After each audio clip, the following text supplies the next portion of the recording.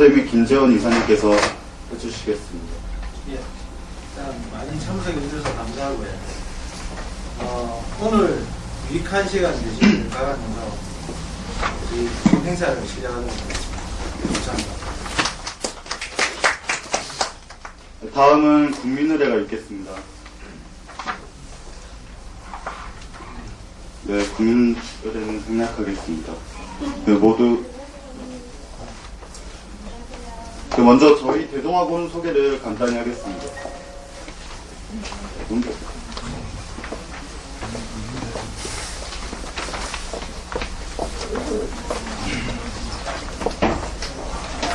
네, 대동학원은 우리나라를 뜻합니다. 대동학원의 대동이 우리나라를 뜻합니다. 즉 대동아카데미는 우리나라를 이끌어갈 충효예를 갖춘 최고의 인재를 만들어가는 최고의 학원입니다. 현재 저희 대동아카데미는 동네에 재학생반 대동아카데미가 있고, 그리고 대입 재수 전문 대동학원, 그리고 수도권 분당에 분당 캠퍼스가 있고, 그리고 김해 은석 기숙 캠퍼스가 있습니다. 다음은 제165회 대동 경시대회 시상식이 있겠습니다. 호명된 수상자분들 앞으로 나와주시길 바랍니다. 먼저 국가사회 1위 충반 노희윤, 그리고 2위 충반 김현지, 그리고 수학의 공동 1위 충반 오현진, 표반 정성교, 그리고 영어의 1위 충반 정민영, 2위 충반 김현지, 그리고 전체 1위 충반 김현지, 2위 충반 명민석.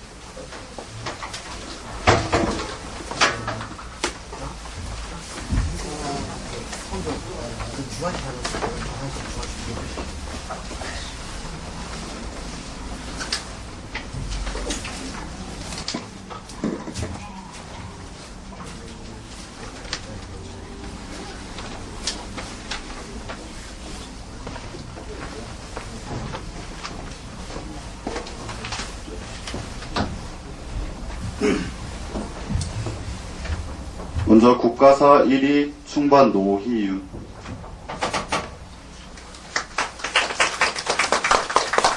그리고 2위 충반 김현지, 그리고 수학 공동 1위 충반 오현진, 표반 정선교, 영어 1위 충반 정민영, 2위 충반 김현지,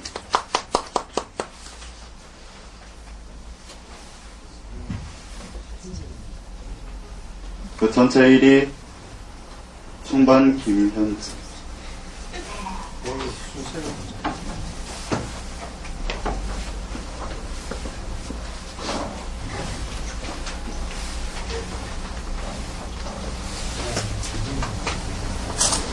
전체 2위 충반 명민석.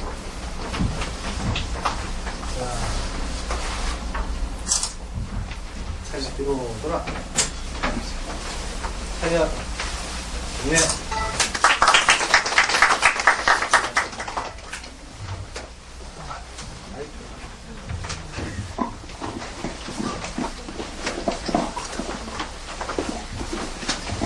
예.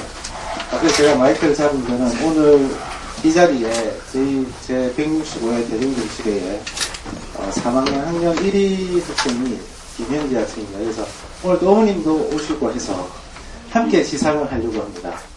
그래서 저희가 또 따로 국바구니도 하나 준비도 했고 해서 같이 시상식을 하려고 하니까 어머님 잠시 앞으로 나오시지.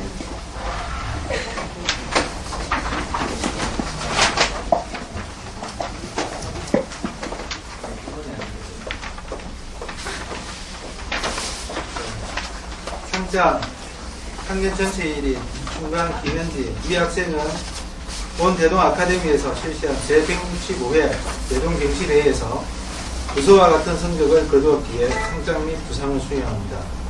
부상은 12월 등록금 5만원 감면 혜택과 함께 국가구리 증정을 하도록 하겠습니다.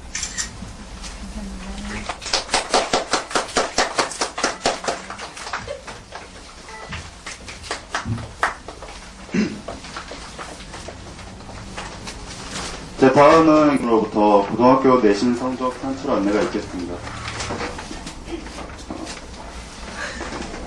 자, 잠시만요, 어머니. 이제부터 제가 설명을 시작하려고 할 건데, 요 지금 나와 있는 내용들은 전부 다 이 책자에 다 있습니다. 그래서 유인물을 보시면, 학부모 간담회 자료집이라고 따로 있습니다.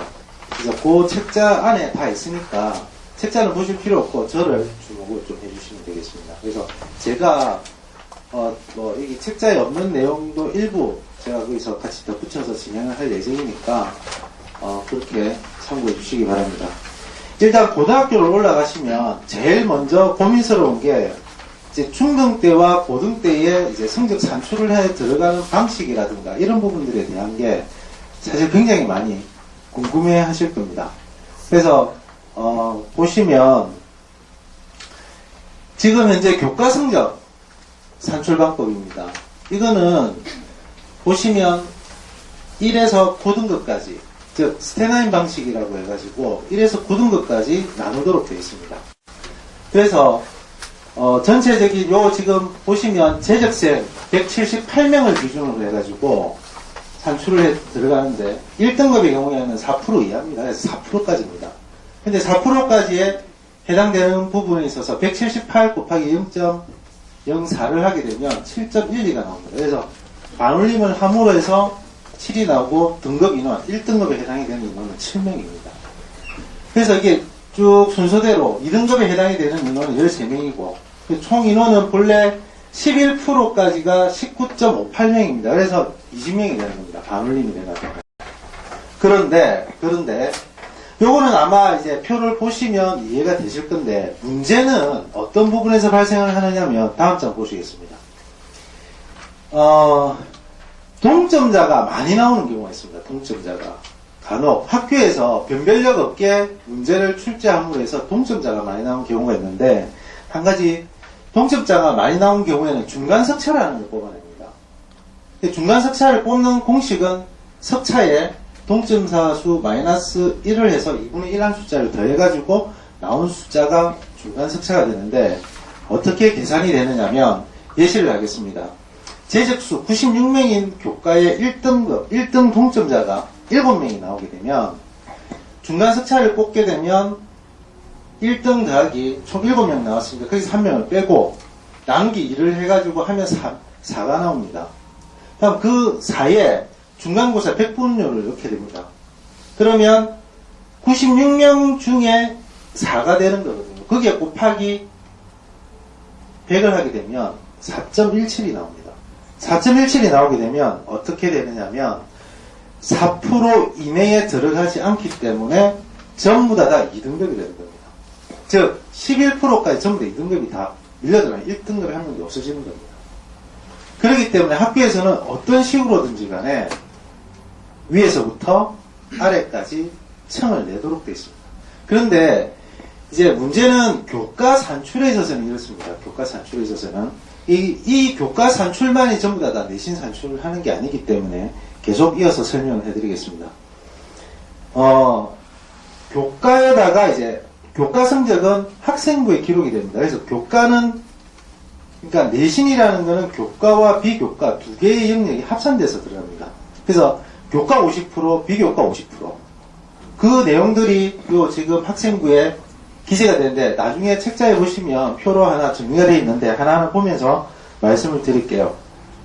뭐 인적사항은 요 나와 있는 대로 그리고 학적사항 역시 이런 부분인데 이런 거는 이제 가령 예를 들어서 실업계획으로를 입학을 했다가 외부로 나갔다가 일반 인문계획으로 들어오는 경우가 간혹 있습니다. 근데 이런 부분들이 전부 다 기록이 다 됩니다. 전출입 부분에 대한 기록이 다 되도록 되어 있고 그 다음에 출결사, 뭐 이거는 다 아시는 거고 그 다음에 창의적 체험활동사항, 봉사활동, 교과 발달사항 그리고 수상경력. 근데 수상경력은 2011년도부터 외부 수상경력은 일체 기록을 하지 않습니다. 근데 이 부분에 대해서는 제가 조금 더 다시 말씀을 드릴게요. 그리고 자격적 인정 취득 상황하고 이제 진로 희망 상황, 그 다음에 독서 활동 상황, 그 다음에 행동 특성 및 뭐 종합 의견 이런 게 있습니다. 그리고 출제 과목은 지금 현재 알고 계시는 거와 조금 달라졌어요. 어떤 부분이냐면 수학 쪽이 좀 달라졌습니다. 2017학년도 지금 현재 고등학교 1학년입니다. 고등학교 1학년부터 수학이 좀 달라졌습니다. 그래서 나형과 가형으로 나눠지는 부분에 있어서 나형은 문과고 가형은 이과입니다. 그래서 이렇게 되는데 여기에 대한 자세한 디테일한 부분들은 아마 저희 수학과 선생님께서 말씀을 곧 해주실 겁니다. 그래서 그거 참고해 주시고요. 그리고 이제 흐름도를 보면 이 이제 입시 부분에 있어서 흐름도를 보면 전형이 굉장히 간소화됩니다. 계속해서 보시면 이제 수시 4개, 정시 2개 이내로 전형 방법이 간단해지고 그 다음에 수시에서 수능 최저학력 기준이 완화됩니다. 그래서 제가 듣기로는 이런 부분들까지 나오고 있습니다. 어디까지 나오고 있느냐면 인제대, 의대, 의예과의 수시 모집의 최저학력 기준이 폐지될 가능성이 높답니다. 그 말은 학교 내신으로만 100% 수시에서 뽑겠다는 뜻입니다. 인제의대가. 특히 부산 같은 경우에는 부산의대보다 인제의대가 조금 높습니다. 왜냐하면 2학년 본과 들어갈 때 서울로 올라가서 공부할 수 있는 길이 있기 때문에 서울에서 애들이 많이 내려옵니다. 그래서 인제의대가 조금 높은데도 불구하고 내신으로 많이 수능 성적 최저학력 기준을 수시에서 안 볼 가능성이 굉장히 높은 걸로 지금 이야기가 되고 있습니다. 그래서 발표가 일부 약간 됐습니다. 그 부분에. 그리고 이제 전형 예고 시기는 대교협에서는 2년 6개월 전, 그 다음에 대학은 1년 10개월 전에 발표를 하겠다라고 지금 이야기를 하고 있는 상황이고, 요거는 이제 뭐 자세한 내용은 저 책에 제가 지금 다 들어가 있는데, 요 고른기의 입학 전형은 뭐 지역 균등이라든지 이런 부분들을 말씀을 드리는 거고요. 학생부 반영 비중 강화라고 되어 있습니다. 이거 제가 한번 거론을 하려고 지금 이렇게 만들어 놨고요. 서술형 기록 적정화 및 내실화, 요 부분, 이것도 챙겨보셔야 되고요. 그리고 이제 수능 개선 사항이, 이제 올해 고등학교 1학년부터 한국사가 필수로 갑니다. 그런데 이제 이 한국사는 필수로 가되 성적이 나눠지는 게 아니고 특정 등급 안에 학생이 들어가기만 하면 됩니다. 그래서 일단 등급 안에 들어갈 수 있느냐, 못 들어가느냐, 그 부분이고, 시험은 한 2회 정도 칠 수 있는 기회가 주어집니다. 그리고 EBS 70% 연계 출제. 올해 수능은 조금 말이 많습니다. 이 부분에 있어서. 특히 국어 같은 경우에도 말이 많은데, 일단은 EBS에서 70% 연계를 해서 출제를 하겠다라고 지금 이야기를 하고 있는 상황입니다. 그 다음에 뭐 대학별 고사. 요것도 지금 제가 설명하는 부분 끝나면서 총체적으로 한번 말씀을 드릴 건데, 아마 논술이, 지금도 저희가 지금 대입반 논술 수업을 하고 있는데, 논술이 상당히 많이 강화될 거라고 보여집니다. 그리고 이제 모집 시기는 이제 수시 원서기간 통합합니다. 그리고 정시 모집 단위 내에 군별 분할 모집 폐지라는 게 뭐냐면, 이런 겁니다. 가군 내에서 뭐, 부산대, 문과 애들 가고, 나학원에서 또 가고, 이런 부분들, 그 다음에 군 내에서 또 나누는 것들, 이런 것들을 폐지를 하겠다는 겁니다. 그리고 지금 올해까지는 이제 지금 내년 현재 고3 예비들, 현재 고2까지는 수능 11월 둘째 주에, 수능이 11월 둘째 주에 실시가 되는데, 현재 고1부터는 수능이 11월 셋째 주 목요일 날 실시가 됩니다. 그래서 한 주 더 늦춰집니다. 그래서 이거는 아마 고교 학습 정상화 때문에 진행이 되는 부분이고, 책에는 읽어보시면 될 겁니다. 그래서 제가 몇 가지 말씀을 드리고자 하는 게, 내신은 아까도 말씀드렸듯이 교과와 비교과로 나눠집니다. 그런데, 이제 아까 쭉 설명했던 것 중에서 독서 활동이라든지 이런 부분들이 실제 그 다음에 수상 경력이라든지 이런 부분들이 교내 수상 같은 경우에는 기록이 다 되는데 교외 수상이라든지 이런 부분들은 기록이 안 되는 게 아닙니다. 됩니다. 어디에서 되느냐면 독서 활동이라든지 선생님이 적는 난이 있습니다. 개인적으로 적는 난이 있습니다. 거기에 거론을 할 수 있습니다.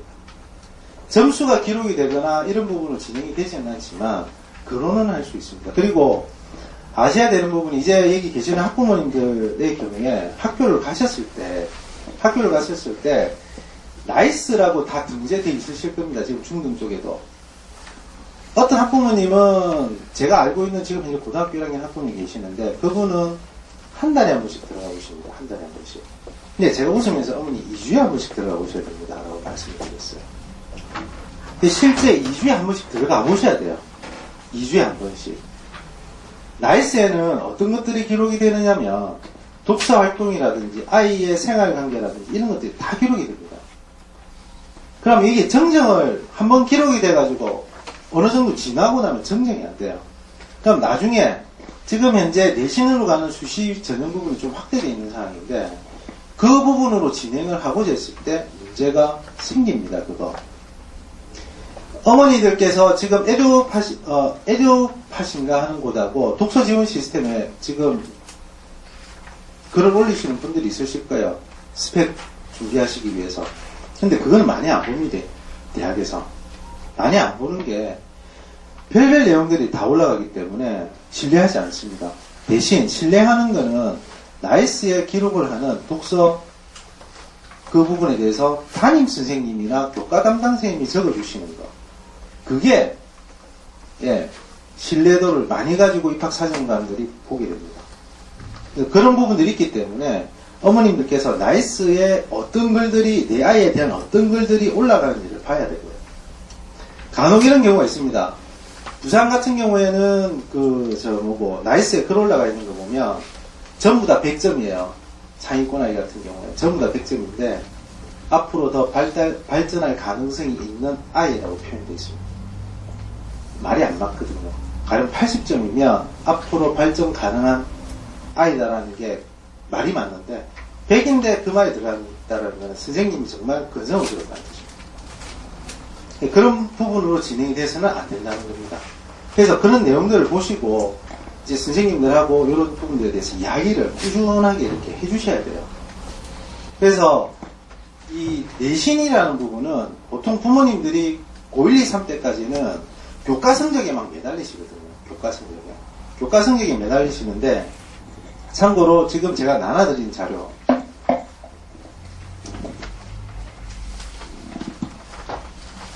5페이지 보시면 방금 밑에까지 제가 쭉 설명한 게 내용이 다 있는데 5페이지 보시면 고교 성적표 표기 방식이 있습니다. 표기하는 게 있습니다. 물론 밑에 이게 좀 연하게 나와 있어서 제가 위에다가 쭉 빨간 걸로 표기를 해놨는데 과목 점수, 원점수, 석차 등급, 석차 해가지고 동석차 수, 수강자 수, 그 다음에 과목 평균에서 가로 열고 표준 편차라는 거 제가 적어놨습니다. 여기서 어머니께서 부모님들이나 학생들 입장에서 관심 있게 보셔야 되는 게 맨 끝에 과목 평균의 표준 편차를 신경 써서 보셔야 됩니다. 어떤 과목은 보면 표준 석차가 24, 어떤 과목은 표준 석차가 15, 이런 식으로 되어 있거든요. 이 부분은 뭐냐면 표준 편차는 크면 클수록 좋습니다. 좁으면 좁을수록 안 좋습니다. 왜 그러느냐면 단편적으로 말씀을 드리기는 좀 그렇지만 크면 클수록 좋은 이유가 골고루 분포됐다는 뜻입니다. 모여있지 않다는 뜻입니다. 평균점에 모여있지 않다는 뜻입니다. 평균점에 모여있다는 것은 점수에 변별력이 없다는 뜻입니다. 시험에 변별력이 없다는 뜻입니다. 그런 부분들이 있기 때문에 이 변별력 그러니까 대학 쪽에서는 내신 성적에 있어서 학교에서 아이들에 대해서 정확하게 평가를 했느냐 안 했느냐를 보기 위해서는 결국 이 표준 편차를 보고 골고루 성적이 펼쳐져 있으니까 변별력 있게 문제를 냈구나라고 이야기를 하게 됩니다. 그래서 표준 편차가 크면 클수록 좋습니다. 그래서 보통 부모님들께서 성적표 보시면 도대체 이게 무슨 말이야 이렇게 나오거든요. 그리고 지금 참고로 밑에 나와 있는 성적 통지표를 보시면 이게 중간고사 성적 통지표입니다. 거기에 보면 석차 등급이 안 나와 있습니다.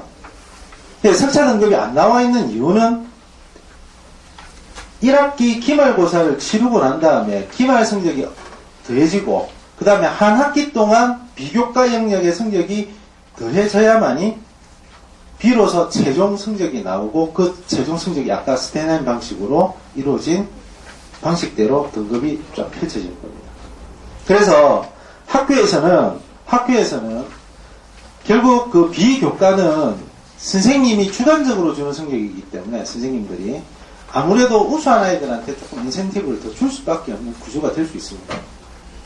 그래서 그런 부분들이 있기 때문에 이 내신 관리를 철저히 하셔가지고 어떤 대학에 대한 부분으로 접근을 하시는 상황에서는 그런 어떤 과목적인 어떤 부분들에 대한 특히 비교과적인 부분들을 조금 플러스 알파를 받으려면 교과 성적이 좋아야 된다라는 거, 그거를 감안을 하시면 되겠습니다. 그래서 산출하는 방식은 크게 아까 말씀드렸듯이 스테레오 방식으로 가고 또 나와 있는 대로 한번 참고를 해보시면 될 것 같습니다. 네, 이상입니다.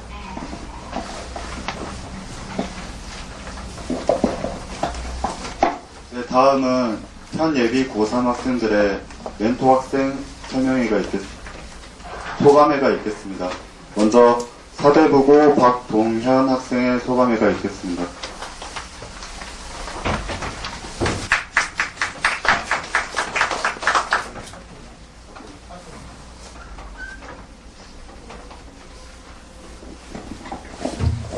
안녕하세요. 저는 사대부고에 2학년에 재학 중인 박동현입니다. 네, 먼저 이 자리에 서기 위해서 준비하는 동안 여기 계신 부모님들보다 먼저 이 시기를 경험하신 저희 부모님께 물어보았습니다. 지금 이때 가장 부모님들이 뭘 궁금해 하실까요? 라고. 그러니까 어머니께서 뭘 궁금해 하긴 공부 잘하는 방법이 궁금하지 하셨습니다. 웃으라고 했는데. 죄송합니다. 물론 너무 정확하게 생각했기 때문에 아무 말도 할 수 없었지만 여기 계신 여러분들은 자기 생활과 공부 둘 다 만족할 수 있는 학생들이 되기를 바랍니다.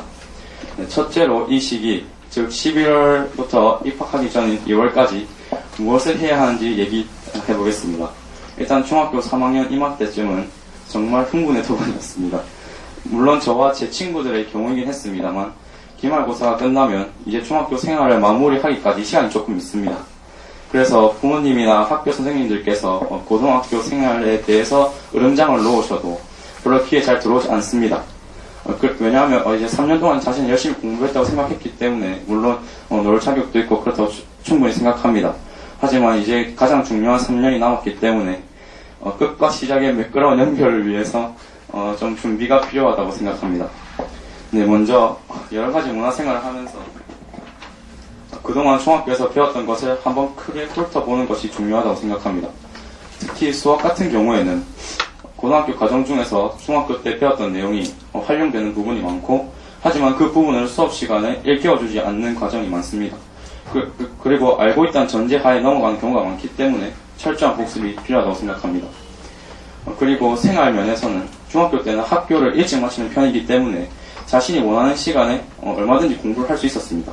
하지만 고등학교 때는 그렇지 않습니다. 자신이 가장 집중이 잘 되는 시간대, 장소, 분위기 등을 어느 정도 파악하고 있어야 됩니다. 많은 시간이 없기 때문에 선택과 집중이 필요한 시점입니다. 저 같은 경우에는 특히 시험 기간에 학교 갔다 온 후에 가족들이 잠자리에 들 때쯤에 불을 다 끄고 책상에 스탠드만 켰을 때 그 세상에 저만 있는 것 같았습니다. 그래서 그때 한두 시간 공부를 하면 가장 잘 되었던 것을 알았습니다. 그래서 그때 공부하고 잤습니다. 이렇게 어느 시점에 계속 공부하는 패턴이 잡히면 그 패턴이 효과를 극대화시킬 수 있다고 생각합니다. 네, 이제는 중학교 생활과 고등학교 생활의 차이점에 대해서 얘기해 보겠습니다. 먼저 학교 생활 분야에서 찾아보자면 가장 큰 특징인 야간 자율학습이 있을 겁니다. 정말 이 시간을 잘 쓰면 좋은 약이 되는 부분인데 학교에서 자주 볼 수 있는 친구들처럼 자게 되면 정말 그냥 지나가는 세월이 되어버릴 겁니다. 최근 야간 자율학습이 진짜로 자율화가 되었습니다. 그렇다 보니 저희 학교의 경우에는 많은 학생들이 요일을 정해놓고 학원에 간다고 하고 학교를 나가는 경우가 많습니다. 하지만 이런 친구들 대부분 다 보면 바로 집에 가서 쉬거나 친구들과 함께 놀러를 가는 경우가 많습니다. 네, 이렇게 되다 보면 많은 분들께서 이 자율화가 문제가 있는 게 아니냐 이런 식의 반응이 나올 수도 있는데요. 제가 볼 때는 공부를 하겠다는 의지가 있는 학생에게는 매우 좋은 기회가 될 것 같습니다. 왜냐하면 야자를 하다 보면 별로 공부할 의지가 없고 강제로 앉아있는 학생들 같은 경우가 공부를 하고 싶어하는 학생들에게 방해가 될 수 있기 때문입니다. 그래서 이런 친구들이 없어졌기 때문에 야자 시간은 서로 경쟁 심리를 자극하는 더 좋은 시간이 될 수 있을 거라 생각합니다. 그리고 또한 아침과 낮에 배운 내용들을 듣고 필기하고 난 후에 자신의 것으로 만드는 좋은 시간이 될 수 있습니다. 학이 시습지면 불력 여로라고 배우고 때때로 그것을 익히면 기쁘지 아니한가라는 말이 있을 정도로 배우는 것도 중요하지만 그것을 익혀서 자기가 쓸 수 있는 것 또한 중요합니다. 그 시간으로 야자 시간이 매우 적절하다고 생각합니다. 네, 그 다음은 이제 야자 시간이 끝나면 이제 집에 가야 할 시간이겠죠. 아마 제가 제일 좋아하는 시간입니다. 그 고등학교에 가게 되면 죄송합니다. 많이 떨리네요. 집은 잠자고 아침밥 먹는 정도로만 이용하는 공간이 됩니다. 그 나머지 시간을 전부 학교에서 있기 때문에 거의 모든 시간 이제 앉아서 생활을 하게 됩니다. 그렇기 때문에 알게 모르게 몸이 많이 피로해지고 스트레스도 많이 쌓일 겁니다. 그런데 그렇다고 피곤하다고 휴일이나 주말에 그냥 집에서 잠만 자는 것은 별로 좋은 방법이 아닙니다. 자기가 정말 좋아하는 무언가를 하시는 것이 좋을 것입니다. 저 같은 경우에는 남들에게 축생축사라고 축구에 살고 축구에 죽는 사람이기 때문에 이런 시간만 나면 친구들과 축구를 했습니다. 이런 활동들은 저희 스트레스를 풀어주기도 하지만 저희 체력을 늘려주는 일석이조의 효과를 주기도 했습니다. 특히 여학생들 같은 경우에는 점점 체력 관리가 안 돼서 남학생들에게 뒤지는 경우도 있는데요. 그 점 유의해 주시기 바랍니다. 네, 그 다음은 학습 분야에 대해서 말해보겠습니다. 지금 생각해보면 중학교 생활 중에서는 시험을 칠 때 길게는 2주에서 짧게는 며칠 동안 바짝 벼락치기를 하면 어느 정도 만족할 만한 성적을 받았던 것 같습니다. 하지만 고등학교 교과는 좀 다르다고 보시면 됩니다. 모든 과목들이 내용의 양에서와 분위기가 난이도가 매우 높기 때문에 공부할 때 좀 더 많은 시간이 필요하고 꾸준히 할 때 가장 좋은 효과를 낼 수 있습니다. 그리고 교과서뿐만 아니라 모의고사, 자기가 친 모의고사와 보충교재에서도 시험에 나오는 부분이 있기 때문에 각 교과마다 내용이 확 늘어나는 부분이 생길 수도 있습니다. 국어와 같은 경우에는 선생님께서 필기해 주시는 것을 잘 적어 놓아야 합니다. 다른 과목도 그렇겠지만 특히 국어는 그렇습니다. 선생님께서 문법 같은 경우에 해주시는 예시 같은 것들도 다 적어 놓아야 합니다. 그러면 이제 선생님께서 말씀하시는 것들 모든 것을 적어라는 것은 아니고요. 그러기 위해서는 지금 선생님께서 수업하시는 부분 중 어느 것이 교과서에 나와 있고 없는지 잘 살펴보아야 합니다. 그러면 없는 부분만 교과서에 추가해서 필기하게 필기하기 때문에 나중에 공부할 때 깔끔하게 잘 알아볼 수도 있고 그리고 필기할 내용도 줄여서 다음 하고 있는 내용을 빼먹지 않을 수도 있습니다. 그리고 수학은 내신과 수능이 연장선에 있는 과목이라고 생각합니다. 그렇기 때문에 내신 준비가 곧 수능 준비라고 보시면 되겠습니다. 중학교 수학 때와의 다른 점을 꼽자면 더 확실한 이해를 요구하는 문제가 늘어났습니다. 한 개념으로 한 문제를 푸는 것이 아니라 여러 가지 개념을 적재적소에 이용해서 답을 찾아낼 수 있어야 합니다. 그리고 영어는 많이들 들어보셨겠지만 단어, 어휘력과 문법이 가장 중요하다고 생각합니다. 제가 고등학교에 올라오면서 겪었던 어려움들 중 하나가 영어 교과서에 있는 단어와 문법들 때문이었습니다. 중학교 때보다 단어가 다양하게 쓰이고 때로는 내용이 전문적이기도 하고 그리고 문법이 다양하게 나왔기 때문입니다. 그 단원에서 제가 뭘 알기를 원하는지 그 단어와 문법을 잘 숙지하도록 하는 것이 중요하겠습니다. 지금까지 학교 생활의 차이점을 말하면서 국수형 내신에 대해서 잠시 언급을 했습니다. 하지만 국어와 영어는 모의고사와 수능에서 공부하는 방법이 약간 다르다고 생각합니다. 모의고사 공부, 국어와 같은 경우에는 딱 시험지를 보시면 알겠지만 아마 좀 많이 깁니다. 그것에 익숙해지려면 좀 시간이 걸릴 것이라고 생각합니다. 그리고 합법, 문법, 비문학, 문학 등 여러 가지가 두루두루 나오기 때문에 그 전에 기출문제를 보면서 계속 시간을 맞춰 풀어보는 것이 중요한 것 같습니다. 그리고 풀고 매인 것을 보면서 답의 근거를 본문에서 찾아보는 분석 훈련이 가장 도움이 된다고 생각합니다. 그리고 기출문제 같은 것들은 학원에 와서 선생님께 부탁드리면 얼마든지 준비해 주시고 자세한 공부 방법과 멘토링 등을 받을 수 있습니다. 그리고 영어는 문법이나 어법 문제를 많이 물어볼 수 있는 내신과는 다르게 독해 능력이 정말 중요하다고 생각합니다. 어휘 능력 또한 중요하긴 하지만 모르는 어휘는 앞뒤 문장을 해석해서 독해를 얼마든지 유추할 수 있다고 생각합니다. 이것 또한 반복해서 풀어가면 쉽게 익힐 수 있을 거라 생각합니다. 자, 이제는 제 경험을 중심으로 얘기해 볼까 합니다. 얼마 전에 치러졌던 수능날, 저는 우리 학교 선배들을 응원하러 고사장 앞에서 새벽부터 푹 치고 응원 구호를 외쳤습니다. 다 끝나고 나니 이제 제 차례라는 것이 실감이 났습니다. 그러니까 문득 고3이 되면서 후회가 되는 것이 몇 가지가 생각이 났습니다. 여기서 듣고 여러분은 이런 점에서 후회를 하지 않으시길 바랍니다. 먼저 문이과를 일찍 생각해 놓지 않은 것입니다. 2학년 때부터 나누어지기 때문에 1학년 때는 먼 일로 생각하고 나중에 생각하는 경우가 있는데 이건 큰 오산이라고 생각합니다. 저는 중학교 때도 남자는 이과지 이러한 한심한 생각으로 지내왔습니다. 그리고 고등학교 1학년이 다 진학할 때쯤 되니까 제가 문과 과목들을 좋아하고 흥미있어 한다는 것을 알게 되었습니다. 그리고 2학년 때 문과에 진학했고 이과로 가길 바라시는 부모님과 많은 충돌들이 있었습니다. 이와 관련한 고민들이 2학년에 올라와서까지 계속된다면 이건 정말 시간 낭비라고 생각합니다. 1학년 때부터 난 문과나 이과로 어디 진학하겠다는 것을 부모님과 잘 협의해서 좀 미래에 대한 생각을 많이 한 다음에 정하는 것이 좋다고 생각합니다. 그리고 그 다음은 내신 준비를 철저히 하지 않은 것입니다. 1학년 중간고사까지는 적응기라고 생각하고 여유를 가져 좋을 것 같습니다. 하지만 기말고사 때부터 정말 집중하셔야 된다고 생각합니다. 아까 보셨듯이 어떠한 과목의 1등급이나 2등급이 된다는 것이 정말 쉬운 일이 아닙니다. 이러한 내신 준비를 위해서는 지필고사도 물론 중요하겠지만 서술형 시험이나 태도평가 같은 수행평가도 매우 중요하다고 생각합니다. 태도평가 같은 경우에는 학생이 이렇게 서로 완전 방해하는 경우가 아니면 잘 이렇게 선생님께서 잘 안 좋게 평가해 주시는 선생님 잘 없습니다. 하지만 이게 서술형 같은 경우에는 정말 철저히 해야 합니다. 남학생들 같은 경우 이걸 잘 놓치는 부분이 있는데요. 서술형은 지필고사 준비하는 동안 같이 이어지도록 연관 지어서 공부하면 잘 할 수 있을 것입니다. 이제 마지막으로 공부의 목표와 성적 향상에 대해서 얘기해 보겠습니다. 저는 1학년 초반 성적에 비해서 좀 정말 향상이 많이 된 경우라고들 하십니다. 제 생각에는 아마도 지금까지 제 목표가 매우 뚜렷했기 때문이라 생각합니다. 여기서 목표를 잡을 때는 어느 대학을 가겠다, 어느 직업을 갖겠다라는 좀 더 큰 굵직한 목표가 되겠지만 그 큰 목표를 이루기 위해서 거쳐가야 할 관문 같은 세세한 목표들 중심으로 하는 것이 좋습니다. 제가 1학년 때 큰 목표는 학교에서 선정해주는 그 해외 선지 문화 탐방이었습니다. 그것의 성적 진보분을 노렸습니다. 그러기 위해서는 제 성적이 꾸준하게 상승 그래프를 그려야 한다는 것을 알았고, 그래서 시험 기간마다 10등에서 20등 정도를 상승해 세부 목표를 했습니다. 그리고 학교에서 나눠준 학습 플래너에 공부 시간과 공부한 양도 기입했습니다. 눈으로 보이는 것이 있으니까 동기부여와 자극도 확 와닿았던 것 같습니다. 이렇게 세부 목표까지 확실히 정하고 달성한 후엔 큰 목표를 달성한 것이 어렵지 않다고 생각합니다. 하지만 공부를 좋아하는 사람이 없듯이 이렇게 계속 공부를 하게 되면 슬럼프에 분명히 빠질 것입니다. 그래서 저는 2학년에 올라와서 초반에 큰 목표를 설정하지 못해서 슬럼프에 빠지게 되었습니다.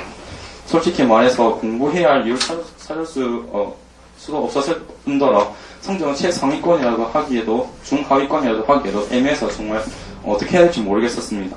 이러한 슬럼프에는 가장 중요한 것은 자신의 태도라고 생각합니다. 긍정적인 생각이 필요합니다. 물론 그런 생각이 갑자기 들지는 않겠지요. 외부의 동기부여나 자극이 큰 도움이 됩니다. 저는 그때 아버지께서 추천해주신 경찰대학교 견학을 통해서 슬럼프를 이겨낼 수 있는 발판을 마련했습니다. 용인에 있는 경찰대학교까지 데려다 주시는 아버지 때문에 마지못해 시작한 견학이었습니다만 경찰대 학생들 자신의 경험담과 정확한 정보 덕분에 나도 할 수 있겠다는 생각이 들었습니다. 이러한 긍정적인 생각으로 자발적인 공부가 시작되고 부모님과 같은 주변의 격려와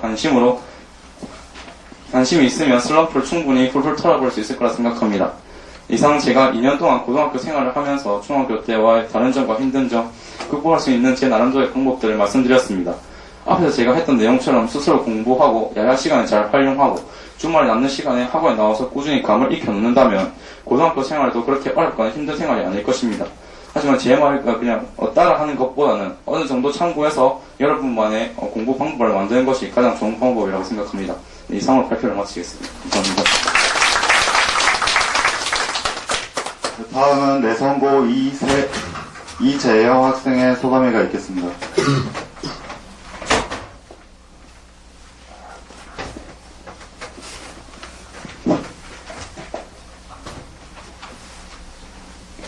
예, 안녕하세요. 저는 내성고 2학년 이재영이라고 합니다. 앞서 발표한 애가 너무 잘해가지고, 이번에 나온 애가 팔도 다친 애가 나와가지고 좀 그럴 것 같은데, 또 제가 너무 잘해가지고 이번에, 그래가지고 좀 저한테도 기대치가 높을 것 같은데, 저는 그렇게 기대치가 높은 아이가 아닙니다. 그 점 좀 유의해 주시길 바랍니다. 근데 저는 여기 여러분들보다 좀 2살 선배로 일단 감히 몇 마디 하나 나왔습니다, 여기에. 저보다 공부 잘하는 애도 있고, 효율적으로 공부할 수 있는 애도 있겠지만, 일단 2살 선배니까, 고등학교 먼저 경험했으니까, 일단 여기서 발표를 드리겠습니다. 중학교에서 고등학교로 올라가는 학생들 중에 가장 큰 걱정을 하는 아이 문제가 뭐 성적 문제일 겁니다. 뭐 어떻게 공부해야 되는지, 뭐 얼마만큼 다른지. 근데 뭐 여기 뭐 되고 있는 학생들 중에 뭐 이런 아이들이 있을 겁니다. 뭐 시험 기간 뭐 3일 전까지 계속 컴퓨터 뭐 공부 게임 하다가 뭐 시험 3일 남았는데 공부해야겠다 이러면서 벼락치기 해가지고 고득점 맞고, 그러게 뭐 지 성적인 줄 알고 좀 말이 심한데 지 성적인 줄 알고 계속 그렇게 하다가 뭐 성적 높게 나왔으니까 이제 인문계 가도 되겠다 이러면서 인문계 가는 학생들도 있을 테고, 그런 학생들이 있는데 좀 그런 식으로 하려고 뭐 고등학교에 가가지고 그런 같은 방법으로 공부하려고 하는 애들도 있고. 근데 그러면 안 됩니다. 일단 국어 같은 경우에는 일단 솔직히 벼락치기 해가지고 뭐 하루? 이틀? 3일? 길게 3일 잡아가지고 벼락치기 해가지고 고득점 맞고 뭐 그래가지고 다음 시험 치는데 문제 없었잖아요. 좀 그렇잖아요. 근데 뭐 고등학교 들어가면 좀 범위가 너무 넓어집니다. 뭐 시만 해도 뭐 여러 편 되고 소설에 뭐 여러 편 되고 또 이상한 문법하고 어휘하고 이런 뭐 어법하고 이런 것까지. 근데 막상 거기서는 한두 문제, 범위는 진짜 이렇게 많은데 거기서 한두 문제씩 나온다고 치면 이거는 뭐 벼락치기 해봤자 효율만 떨어지고 자기 뭐 체력만 더해지고 그렇게 해봤자 뭐 성적도 안 늘어나고. 그 다음에 뭐 또 영어 같은 경우에도 이제는 뭐 모의고사 있는 것도 아시잖아요. 근데 또 이제 고등학교 들어가면 고충교재라고 있어요. 뭐 이제 교과서하고 보충교재 지문, 모의고사 지문, 거기다가 저희 학교 같은 경우는 외부 지문까지 들어옵니다. 그럼 이것도 역시 마찬가지로 시험 범위는 진짜 많아지는데 또 여기서 한두 문제 이것도 뭐 벼락치기 한다고 해봤자 밤새고 그러면 성적도 안 나오고 체력도 좋아야 되고 이게 내 성적이 아닌가 포기할까 이 생각한다가 이제 여기 수학 덤핑이고 막 뭐 주위에 선배 있으면 고등학교 수학 어렵다 뭐 포기하다 수포자 이런 말 아실 거 아니에요 여러분들 다. 모르세요? 정말 아시죠? 예. 뭐 수학을 포기한다 이런 사람들. 근데 진짜 그런 애들 진짜 저희 고등학교에 있거든요 몇 명. 뭐 중학교 때 수학 제가 좀 기억이 안 나서 모르겠는데 어느 정도 풀었잖아요 다들. 맞죠?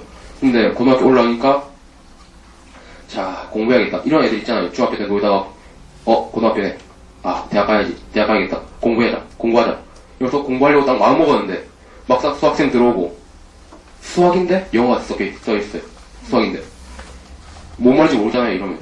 중학교 때 뭐 공식 몇 개 외워가지고 풀면 그래 이렇게 풀었는데 쌤은 영어 적응해서 계속 나가고 이거를 수업을 자기네 이해 못하고 그러다가 교과서 안 봤는데 이상한 뭐 A 플러스 뭐라 적혀있고 교과서 뭐 이상한 질문인데 대표가 풀어보자. 이거 풀리네?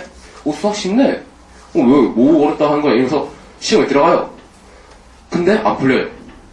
이거 어쩌지? 나 공부했는데. 공부한 거예요. 아니잖아요, 이거. 그냥 뭐 막상 수학 대입해가 풀었는데. 이러는데, 나 공부했는데 공부 안 된다. 엄마, 나 공부 안 된다. 나 예체능 갈까? 안 되잖아요, 이거. 진짜. 공부한 거야. 안 한 거잖아요. 그래서 공포기 한대요. 이거 아니잖아요, 맞죠? 뭐 이런 학생들이 많이 나와요. 그리고 저희 때는 야자, 이제 아까 얘가 말했듯이 야간 이제 자유된다는데 저희 때는 거의 반강제, 의무였거든요. 그런 애들 보면 진짜 막 옆에서 자고 떠들고 폰게임하고 그런 애도 있는데, 근데 저는 뭐 그때 뭐 기막에 이런 거 끼면서 공부를 했는데 근데 그게 좀 좋았어요 확실히. 근데 초반에는 확실히 중학교에서 바로 올라가지고 고등학교까지 대략 8시부터 공부해가지고 밤 9시까지 뭐 집에서 있는 것보다 학교에 있는 게 더 많은데 이제 뭐 집 앞보다 학교 가기 더 맛있고. 그런데 뭐 이게 진짜 처음 체력 관리 안 되잖아요. 맨날 7시에는 9시에 잤던 애들도 있을 테고 저 원래 9시에 잤거든요. 근데 지금 12시에 자요. 3시간 모자라요 지금 잠이. 근데 이때 이게 야자 시간에 잔다고 치면 그러면 한 2시간 잘 거 아니에요? 그러면 밤에 2시간 안 자잖아요. 늦게 자잖아요. 그럼 2시간 정도. 그러면 이게 잠 안 온다. 게임 할까? 폰게임도 하고 뭐 게임도 하고 그러면 한 새벽 2시에 자고 다시 학교 오면 졸리다. 야자 시간에 잘까? 자자. 자고 다시 뭐 악순환 계속 반복되고. 저 초반에 이랬거든요. 그러니까 또 이게 적응이 안 되니까 1학년 2학기 때 그냥 성적은 뚝 떨어지고.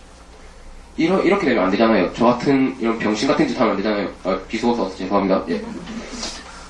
근데 이제 이 시기 12월 달부터 2월 달까지 매우 중요해요. 근데 저는 이 시기 진짜 중요하다. 공부해야지. 근데 손 어디 갔어요? 컴퓨터에. 따락 자판만 누르고 있고. 뭐 그냥 QWER 그것만 누르고 있고. 남자도 공감하죠? 뭐 마우스 클릭 QWER 맞죠? 정의의 전적으로 맞죠? 이렇게 마음만 앞서고 공부 습득은 안 되잖아요, 이게. 마음만 앞서는데 이게 공부량 마음껏 하려고 학원 가가지고, 공부해야지. 자, 근데 학원 와이파이 터지네. 와.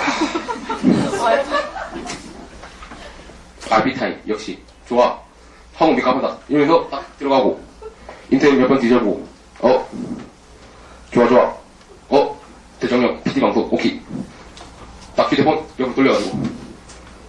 딱 세워오면, 바로 화면 끄고, 엎드려고. 딱 세워오면, 공부하고 있나? 예, 열심히 하고 있습니다. 지금, 내일 다음에 성적, 고등학교 때 잘 올릴 것 같아요. 엄지 딱 세우고. 맞죠? 아니에요? 저는 그랬어요, 처음에. 그러니까 이렇게 되니까 한 번에 막만 앞서고 이게 일로는 아니잖아요. 그러니까 놀 땐 놀고, 이게 차근차근 조금씩 공부하는 습관, 다리 돌려. 예, 차근차근 공부하는 조금씩 들이는 습관을 해야 돼요, 이거는. 뭐, 확실히 한 번에 많이 하려고 하면 적응 안 되잖아요. 마음도. 그렇게 노려보지 마셔야죠. 좀 부담스러워요. 예. 이게 되잖아요. 그러니까 이거를 조금씩 하면서, 조금씩. 그리고 수학 같은 경우는 초반에 조금 복습을 해주는 게 좋아요. 솔직히 수학 같은 거는 한 번 시험 주고 다 까먹잖아요. 뭐, 이 앞에 피타고라스 정리, 이 정도는 피타고라스 정리, 이 정도 조금 외워두는 게 좋잖아요. 그 다음에 영어 같은 거 하루에 이제 10개씩만 외워도 수능날 3년 이 정도면 하루에 10개씩 1000개 적어도 외워요. 뭐 수능 기출영어 단어가 8,800개인가? 넘게 외우잖아요, 그러면. 이제 여유에서 대화도 할 수 있고, 이 정도면. 그 다음에 국어 같은 경우 어떻게 공부하는지 모르잖아요, 이제. 국어 같은 거 어떻게 공부하는지 아세요? 저는 몰랐어요, 그때. 여기 학원 와가지고 쌤들이, 1학년 때는 문법하고 어법 위주로 조금 나가는 게 좋다. 진짜 맞는 말이거든요. 고등학교 들어가면, 쌤들이 제 생각 안 해요, 진짜. 그냥 막 나가요, 이거를, 시를. 근데, 처음에, 저는 중학교 때 공부를 별로 안 해가지고, 무슨 법 이러는데, 무슨 법? 대꾸, 이상한, 강조, 반복 이러는데, 처음에 대꾸 하길래, 생선인가? 재미없었죠? 죄송해요. 이렇게 쭉 나가는데, 진짜 이해가 안 돼요, 이거는. 그러니까, 옆에 있는 애들도 공부 포기하려고 하고. 맞죠? 그 다음에, 이제 또 옆에 있는 애들 보면, 공부한다고 하는 애도 있고, 이제 고등학교 들어가고, 이 시기에 공부하려고 마음 잡고, 진짜 이제 마음 잡고 행동하려고 하고. 근데 이때는 진짜, 완전히 진짜 진도만 빡빡 나가는 게 아니라, 진도 조금 천천히 나면서, 복습도 하고, 중학교 때 이런 것도, 이런 것도 그게 좀 중요한 것 같아요, 제 생각에는. 제 주변 지금 이제 공부 잘하는 애도 몇 명 있는데, 걔들도, 지금 애 중에, 진짜 제 1학년 때 고3까지 나가는 애 있었거든요. 걔 초반에 공부 잘했어요. 근데 지금 망했어요, 얘. 좀 떨어졌어요, 지금 성적. 그게 뭐냐면 계속 나가다 보니까 복습을 안 하는 거예요, 걔가. 계속 나가기만 하고, 복습 안 하고. 그럼 지는 공부 다 했고. 초반에 걔 엄청 잘하는 것 같아가지고 했는데, 보니까 안 되고. 왜 복습 위주로 하면서 조금 예습하는 애들 보면, 처음엔 좀 안 좋았던 것 같은데, 보니까 높아지고 점점. 그러니까 국어하고 영어 같은 거는 좀, 이게 순환되잖아요, 그 범위가, 시험 같은 것들이. 다들 뭐라 하네, 이거를. 좀 알겠죠, 뭔 말인지. 그리고 수학 같은 경우도 이렇게 되고, 안 짰으면 좋겠는데. 그리고 저는 국어 하다가 이게 토요일 날, 그러니까 1학기 때 안 좋았거든요, 성적이. 근데 토요일 날 나오면서 하다가 처음에 1학기 중간 기말 때 60, 70이었어요, 제가. 근데 2학기 되니까 90까지 올라가는 거예요, 성적이. 이게 진짜 거짓말하고 진짜이거든요. 토요일에 나왔어요. 근데 이때 제가 정신 못 차리고, 이거 내 실력이다. 쩐다나. 나 천재인가? 공부하면 되겠다 이러면서 그냥 토요일 날 그냥 제가 하고 싶은 거 다 했어요. 안 돼요, 이거. 다시 2학년 1학기 와가지고 떨어지고 가고 있어. 죄송해요. 떨어지고 이거는 진짜 토요일날 진짜 성적 잠시 올랐다 해가지고 이게 지 실력이 아니라 그냥 지가 노력한 그 정도만 하고 계속 꾸준히 노력해라 이 소리거든요. 솔직히 뭐 단 거 맛봤다고 그 시시코너가 이거 맛보고 맛있네 이러고 그냥 가는 거 아니잖아요. 사잖아요 그거를. 맞죠? 그럼 계속 하란 말이에요 그거는. 그리고 이제 좀 모의고사에 대해서 갑작스럽게 좀 넘어갈게요. 영어 지문 있잖아요, 영어 지문. 분명 발음은 돼요. 근데 안 익혀요. 이게 왜일까요, 이게? 단어가 부족하니까. 단어량이 안 되니까. 단어, 그러니까 제가 초반에 말했잖아요. 단어 좀 하루에 1개씩만 좀 차근차근씩만 외우면 1000개 외우니까. 예? 아, 10,000개인가? 아, 죄송해요. 제가 수학을 못하네요. 문과라서 그래요. 예입대. 맞네. 10,000개네요. 그 다음에 뭐, 이렇게, 일단 해석만 돼도, 그게 이기잖아요. 그러면 적어도 2등급 맞거든요. 이렇게 되고, 이제 수학 같은 걸로 보면, 수학 어렵다 하잖아요. 근데, 진짜, 쌤 말, 이거 하면 이해 안 되는 거 쌤한테 물어보면서 계속, 이렇게 어떻게 흘러가는지 계속 하면, 내신하고 이거 모의고사 좀 시험 비슷하거든요. 수학 같은 경우에만. 진짜, 모의고사 잘 치는 애가 수학 못 치는 애 거의 없거든요. 예. 근데, 그러니까 모의고사 공부하면 내신도 알아서 저절로 올라가요, 그거는. 근데, 솔직히, 학교 시험에 따라가지고 그건 기량이 나는데, 내신 잘 친다고 해가지고 모의고사 그렇게 잘 치는 거 아니거든요, 수학 같은 경우. 모의고사를 잘 치면 내신을 잘 쳐요. 이건 맞는 말이에요. 그 다음에 다음에 국어로 넘어가면, 와, 이거 진짜, 한국어잖아요, 국어. 저희나라 말이죠? 근데 왜 안 익힐까요? 아니, 진짜 한국어인데 안 익혀요. 저만 그런 거 아닐 거예요, 아마. 몇몇 고등학생 물어보면, 좀 그거 이해하는 애들이 있을 거예요. 보면, 듣지도 못한 시가 나와요, 그게. 듣도 보지도 못한, 듣도 읽지도 못한, 그런 또 소설도 나오고, 그리고 이상한, 관심 없는 지문, 비문학이라고 하죠? 그런 지문이 쫙 나와요. 근데 이런 거 잘 치는 애들 보면 책 많이 읽거나 아니면 진짜 그냥 공부 잘하는 애들 말 그대로 시험지 이런 시험 많이 풀어가지고 감이 익힌 애들 맞죠?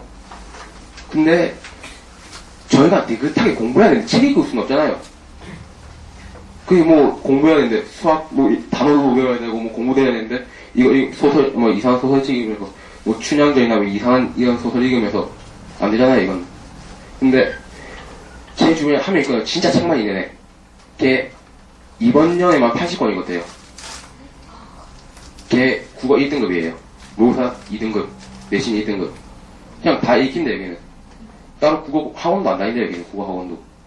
그거는 저희가 어쩔 수 없잖아요. 이번 연도에 80권 읽을 수 있어요. 11월 달까지만 했을 때. 가능해요? 안 가능하죠.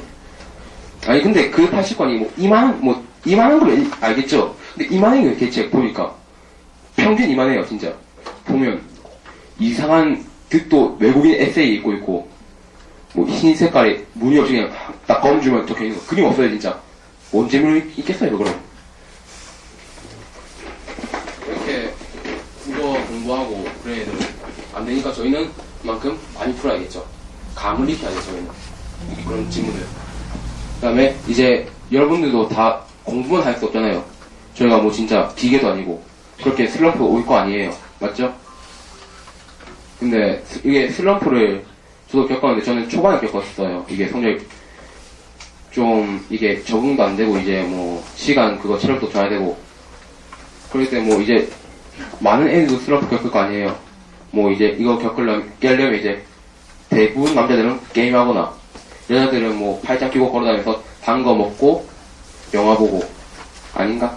내가 남자라 잘 모르겠네요. 그리고 뭐 어떤 애들 불닭볶음면 매운 거 이런 거 먹잖아요. 스트레스 푼다고. 아 그게 뭔 맛이 모르지. 근데 저는 좀 다른 방법으로 슬럼프를 풀었거든요. 뭐 진로 찾는다 이런 말 있잖아요. 네, 뭐 공감 못하시는 애들도 있어요. 뭐 재미없게 뭐 진로를 찾냐 아니면 그게 뭔 관련이 있냐. 근데 제가 생각하기에 슬럼프를 겪는 극복하는 방법은 그거를 이길 수 있는 만한 큰 목표를 가지는 것 같아요, 저는 그렇게 진로, 꿈이라는 큰 목표를 갖고 그거에 관해가지고 이렇게 생각하면서 공부를 해야지 뭐 이 진로를 갈 수 있겠다, 이 꿈을 이룰 수 있겠다 이 생각했어요. 자기가 원해가지고 공부하면 되잖아요. 하기 싫은 과목 하기 싫죠. 지가 풀었을 때 잘 풀리는 과목, 하고 싶은 과목 잘 풀잖아요, 여러분은. 맞죠? 이렇게 강요받으면서 공부하면 안 되고, 하고 풀 때 공부하고, 지 목표가 뚜렷이 있으니까 공부할 때 잘하는 애들. 공부 잘하는 애들 보면, 지 목표 한 가지씩 있어요, 진짜. 공부 잘하는 애들 보면, 해가지고, 얘 뭐, 꿈 있나? 이러면, 나 있다. 뭐, 어느 대학 가가지고, 어느 직업 가는 거. 진짜, 이러면, 옆에 또, 전교 2등 하는 애 보면, 니 공부 잘하나? 니 공부 잘하지? 꿈 있나? 진짜, 뭔데? 국어교사. 진짜 강요하면, 그리고 부모님들한테 하고 싶은데, 저도 자녀분들이 꿈 가졌다 해가지고 그거 반대 좀 안 했으면 좋겠어요. 그렇게 많이 크게. 반대하면 억압 가는 거잖아요. 부모님께서 이 직업 돈 많이 번다. 이 직업 해줬으면 좋겠다. 이러면 애는 그거 부담감 가지고 지가 원하는 거 아니면 그거 강요받는 거잖아요. 그럼 자식들은 또 더 공부하기 싫단 말이에요, 진짜. 저도 반대 많이 당했는데 부모님한테 그 꿈 때문에 설득했거든요. 그러니까 뭔가 공부하고 싶은 마음이 좀 생겨요. 그러니까 학생분들도 또 꿈을 가지면 그렇게 잘 될 것 같아요, 저도.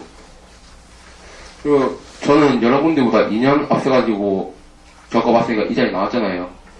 그냥 제가 하는 말은 한 귀로 듣고 한 귀로 흘리지 않았으면 좋겠습니다. 저는 강요받는 공부가 아닌 끌려가는 공부가 아닌 자기가 원해서 하는 공부를 하였으면 좋겠습니다. 이상입니다. 네, 마지막으로 김세영 학생의 소감을 읽겠습니다.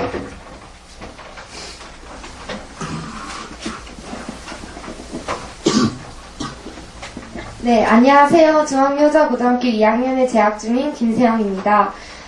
여러분들 여기 아주 많이 계신데, 네, 여러분들 중에서는 저보다 더 좋은 성적을 받을 학생들도 많이 있을 것입니다. 하지만 제가 여러분들보다 2년 먼저 고등학교에 입학을 해서 생활을 하면서 이제 고등학교에 있어서 전반적인 생활과 그리고 학습에 있어서 후회되는 점들을 여러분들에게 얘기해 줌으로써 이제 여러분들은 저와 같은 실수들을 겪지 않았으면 하는 마음에서 부족한 저이지만 이 자리에 서게 되었습니다.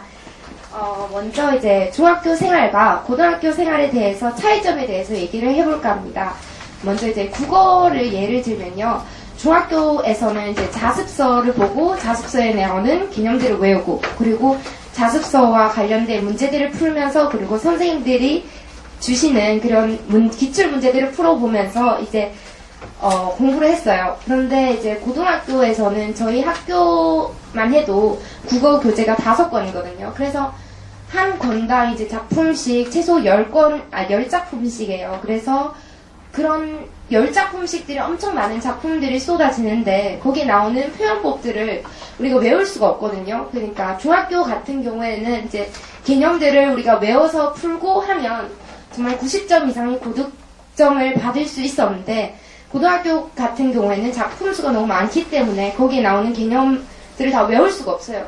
그렇기 때문에 그 작품에 나오는 표현법들이 어떻게 해서 작품에 그런 표현법들이 나왔나 그리고 어떻게 해서 그런 표현법들이 적용이 되었는가 이해를 하는 과정이 무엇보다 중요합니다. 그리고 영어 같은 경우에는요. 중학교는 본문이 한 3단원 정도 있거든요.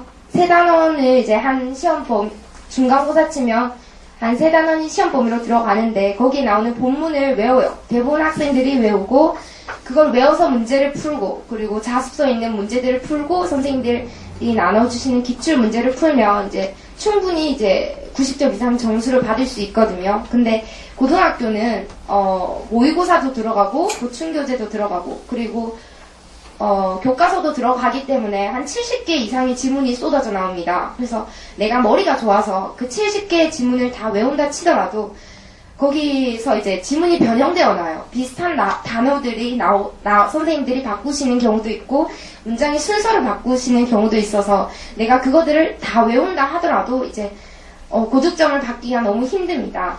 그렇기 때문에 이제 중학교, 이제 고등학교 입학 전에 충분히 문법 실력이랑 그리고 독해 실력을 가지고 있어야만이 평균 이상의 점수를 받을 수가 있게 됩니다. 그리고 수학 같은 경우에는 중학교 때는 이제 범위가 별로 안 돼요. 그래서 그 개념을 약간만 이해하고 그리고 거기에 개념에 해당되는 공식들을 내가 외워서 문제집들을 많이 풀면서 어떤 많은 이제 문제집들을 풀다 보면 비슷한 문제들이 엄청 많거든요. 그러면 그 문제들을 해당하는 이제 풀이법들을 대부분 학생들이 외웁니다. 그래서 외워서 시험 문제에도 내가 예상했던 문제들이 엄청 많이 나와요. 그래서 문제 풀이법들을 내가 외워서 그걸 풀면 정말 한 중상위권 정도는 점수를 받을 수가 있어요. 그런데 고등학교 올라가 보면 중학교랑은 좀 많이 다른데 중학교보다 훨씬 더 높은 이해도를 요구하게 됩니다. 그리고 공식들도 엄청 많이 나와 있어요. 그래서 내가 그 공식들을 외우고 풀이법을 외운다 하더라도 고등학교 수학은 중학교 수학 시험보다 훨씬 어렵기 때문에 이제 중학교와 비교를 해서는 절대 안 됩니다. 그래서 그 개념들을 완전히 이해를 하고 내가 문제 푸는 것보다 이제 개념을 좀 더 이해하는 것이 아마도 평균 이상의 점수를 받을 수가 있게 될 겁니다. 그리고 사회나 과학과 같은 암기 과목 같은 경우는 저는 시험 하루 전날 벼락치기를 했거든요. 그래서 벼락치기를 하더라도 충분히 100점을 받을 수가 있었어요. 그런데 고등학교는 그 정말 공부해야 할 사회문화라는 과목이 있어요. 근데 저희 학교 담임 선생님께서는 어떻게 문제를 내시냐면 계속 시험 범위가 누적이 됩니다. 그래서 제가 이제 좀 있으면 치르게 될 이제 기말고사에서는 책 한 권이 시험 범위가 들어가게 돼요. 그 책 한 범위는 수능 범위랑 똑같거든요. 그래서 완전 그냥 내신이 수능 스타일로 문제가 나옵니다. 그래서 중학교 때 공부했던 방법이랑 똑같이 고등학교에서 한다면 이제 암기 과목 같은 경우에도 좋은 점수를 받기가 힘들어지게 됩니다. 제 얘기를 해보자면 제가 고1 때는 야자가 의무였거든요. 그래서 정말 하기 싫더라도 아침에 눈을 떠서 눈을 감을 때까지 책상에 앞에서 하루 종일 앉아서 공부를 해야 한다는 그런 사실 자체 하나만으로도 제게는 엄청 스트레스였습니다. 하지만 제가 생각했을 때 그때 내가 억지로 했었던 야자이지만 그때 야자 때 했던 공부가 밑바탕이 되어서 지금 현재 제가 있지 않나 그런 생각을 하거든요. 그래서 여러분들이 이제 야자가 자율이 돼서 야자를 선택할 수 있게 됐어요. 내가 정말 집에서 공부가 잘 되는 학생들은 대부분 없어요. 왜냐면 학교에서는 옆에 주위에 공부하는 친구들을 보면서 그리고 선의 경쟁을 하고 그리고 자극을 받으면서 그리고 방해 요소가 집보다는 훨씬 덜하기 때문에 이제 아마도 집에서 하는 것보다는 학교에서 공부를 하시는 것이 저는 아마도 공부하는 데 있어서는 최적의 장소가 아닐까라는 생각이 듭니다. 그리고 이제 고등학교에 들어가서는 아침밥을 꼭 필수로 먹어야 해요. 왜냐면 지금 저희 반 아이들 같은 경우에는 3분의 2 이상이 아침밥을 거르고 오는 학생들이 엄청 많거든요. 학부모님들이 안 주시는 경우도 있고 아니면 자기가 먹기 싫어서 안 먹는 친구들도 있는데 정말 고등학교에 들어와서는 아침밥을 꼭 먹어야 합니다. 왜냐면 이제 4교시에 밥을 먹는데 4교시 전까지 이제 수업에 집중을 하고 그리고 배가 고프면 수업에 집중을 하지 않거든요. 집중도가 엄청 떨어지기 때문에 내가 정말 밥을 먹기 싫다고 하더라도 정말 아침밥을 꼭 먹어서 좀 더 공부의 집중도를 높이고 그리고 효율성을 높였으면 좋겠습니다. 1교시가 끝나면 매점이 학생들 엄청 붐벼요. 빵을 먹기 위해서. 여러분들은 그러지 마시고 정말 이제 아침밥을 꼭 드셔서 엄마 보고 챙겨달라고 하셔서 꼭 먹고 등교를 하셨으면 좋겠습니다. 그리고 고등학교에 있어서 규칙적인 생활은 정말 필수거든요. 정말 아침에 똑같은 시각에 자고 똑같은 시각에 일어나는 것이 정말 효율성이 엄청 높아요. 저는 학원을 갔다 오면 한 11시 반이 되고 그리고 배가 고프기 때문에 간식 먹고 이제 씻고 하면 밤 12시가 되거든요. 밤 12시가 돼서 이제 잠을 자려고 침대에 딱 누우면 이제 머릿속에서 어떤 생각이 스쳐 지나갑니다. 아, 내가 지금 이때 자면 내 친구들은 공부를 하고 있지 않을까? 우리 반 1등은 지금 밤을 새서 공부를 하지 않을까? 라는 머리에 생각이 듭니다. 그래서 정말 힘들지만 정말 잠이 눈꺼풀이 이제 감기지만 억지로 이제 책상에 앞에서 책을 펴니다. 책을 펴서 한 3시까지 정말 정신력으로 버티거든요. 그리고 나서 자기도 모르게 잠이 빠져들고 눈을 떠서 학교에 갑니다. 1교시가 시작을 하면 자기도 모르게 잠에 빠져들고 있는 자신을 발견하게 됩니다. 그래서 제가 정말 추천하는 방법은 정말 밤에 일찍 자고 학원을 갔다 와서 씻고 바로 자고 정말 밤에 공부하는 것이 아니라 새벽에 일찍 일어나서 공부를 하면 훨씬 더 효율적인 그런 공부가 될 것입니다. 그렇기 때문에 내가 좀 더 부족하다고 생각하는 공부들은 밤에 하는 것이라 아니라 새벽에 아니면 학교에 아무도 없는 학교에 일찍 가서 일찍 등교를 해서 남들 없을 때 공부를 하는 것이 더 효과적이라는 생각이 듭니다. 그리고 이제 여러분들 딱 지금 이 시기일 텐데요. 네, 11월에서 2월까지 시기에 대해서 제가 말씀을 드리겠습니다. 저는 이제 다른 이제 고등학교 이제 배정이 나고 이제 친구들이 다른 학교로 뿔뿔이 흩어지잖아요. 그래서 이제 친구들과 이제 추억을 쌓는다는 그런 명목으로 이제 친구들과의 추억 쌓는다는 명목으로 친구들과 놀기에 급급했습니다. 그래서 이제 공부는 뒷전인 채 친구들과 놀려 다녔는데요. 이제 고등학교에 들어와서 얼마나 그 시기가 중요한지를 깨닫게 되었습니다. 이 시기는 엄청 많은 학생들이 느슨해져 있는 시기예요. 너무나 시간이 많기 때문에 그 시간이 얼마나 소중한지 잘 모르거든요. 그래서 그 시기 동안 정말 내가 참고 다른 애들이 느슨해져 있는 시기이기 때문에 조금이라도 참고 그 시기에 정말 열심히 한다면 남들보다 고등학교 입학했을 때 한 발짝 더 앞서서 이제 나아가게 될 것입니다. 그 시기에 많은 양의 공부를 하는 것도 중요하지만 매일매일 조금씩 내가 실천할 수 있는 양을 잡아서 조금씩 내가 하루에 영어 단어 10개를 외우겠다 하면 그 영어 단어 10개만 외우셔도 좋습니다. 그렇기 때문에 내가 정말 할 수 있는 그 하루 안에 가능한 목표의 계획을 잡아서 꾸준히 하셨으면 좋겠습니다. 수학 같은 경우는 그 시기에 대부분 학생들이 다른 학원도 마찬가지로 복습을 하지 않고 선행을 하거든요. 근데 고등학교에 들어가 보면 선행보다는 훨씬 복습이 중요하다는 것을 아마도 깨닫게 될 것입니다. 고등학교 수학은 문제 같은 경우는 문제를 풀다 보면 정말 중학교 때 배웠던 그런 수학의 기본적인 공식들을 알아야지만 풀 수 있는 문제가 정말 수두룩 빽빽하거든요.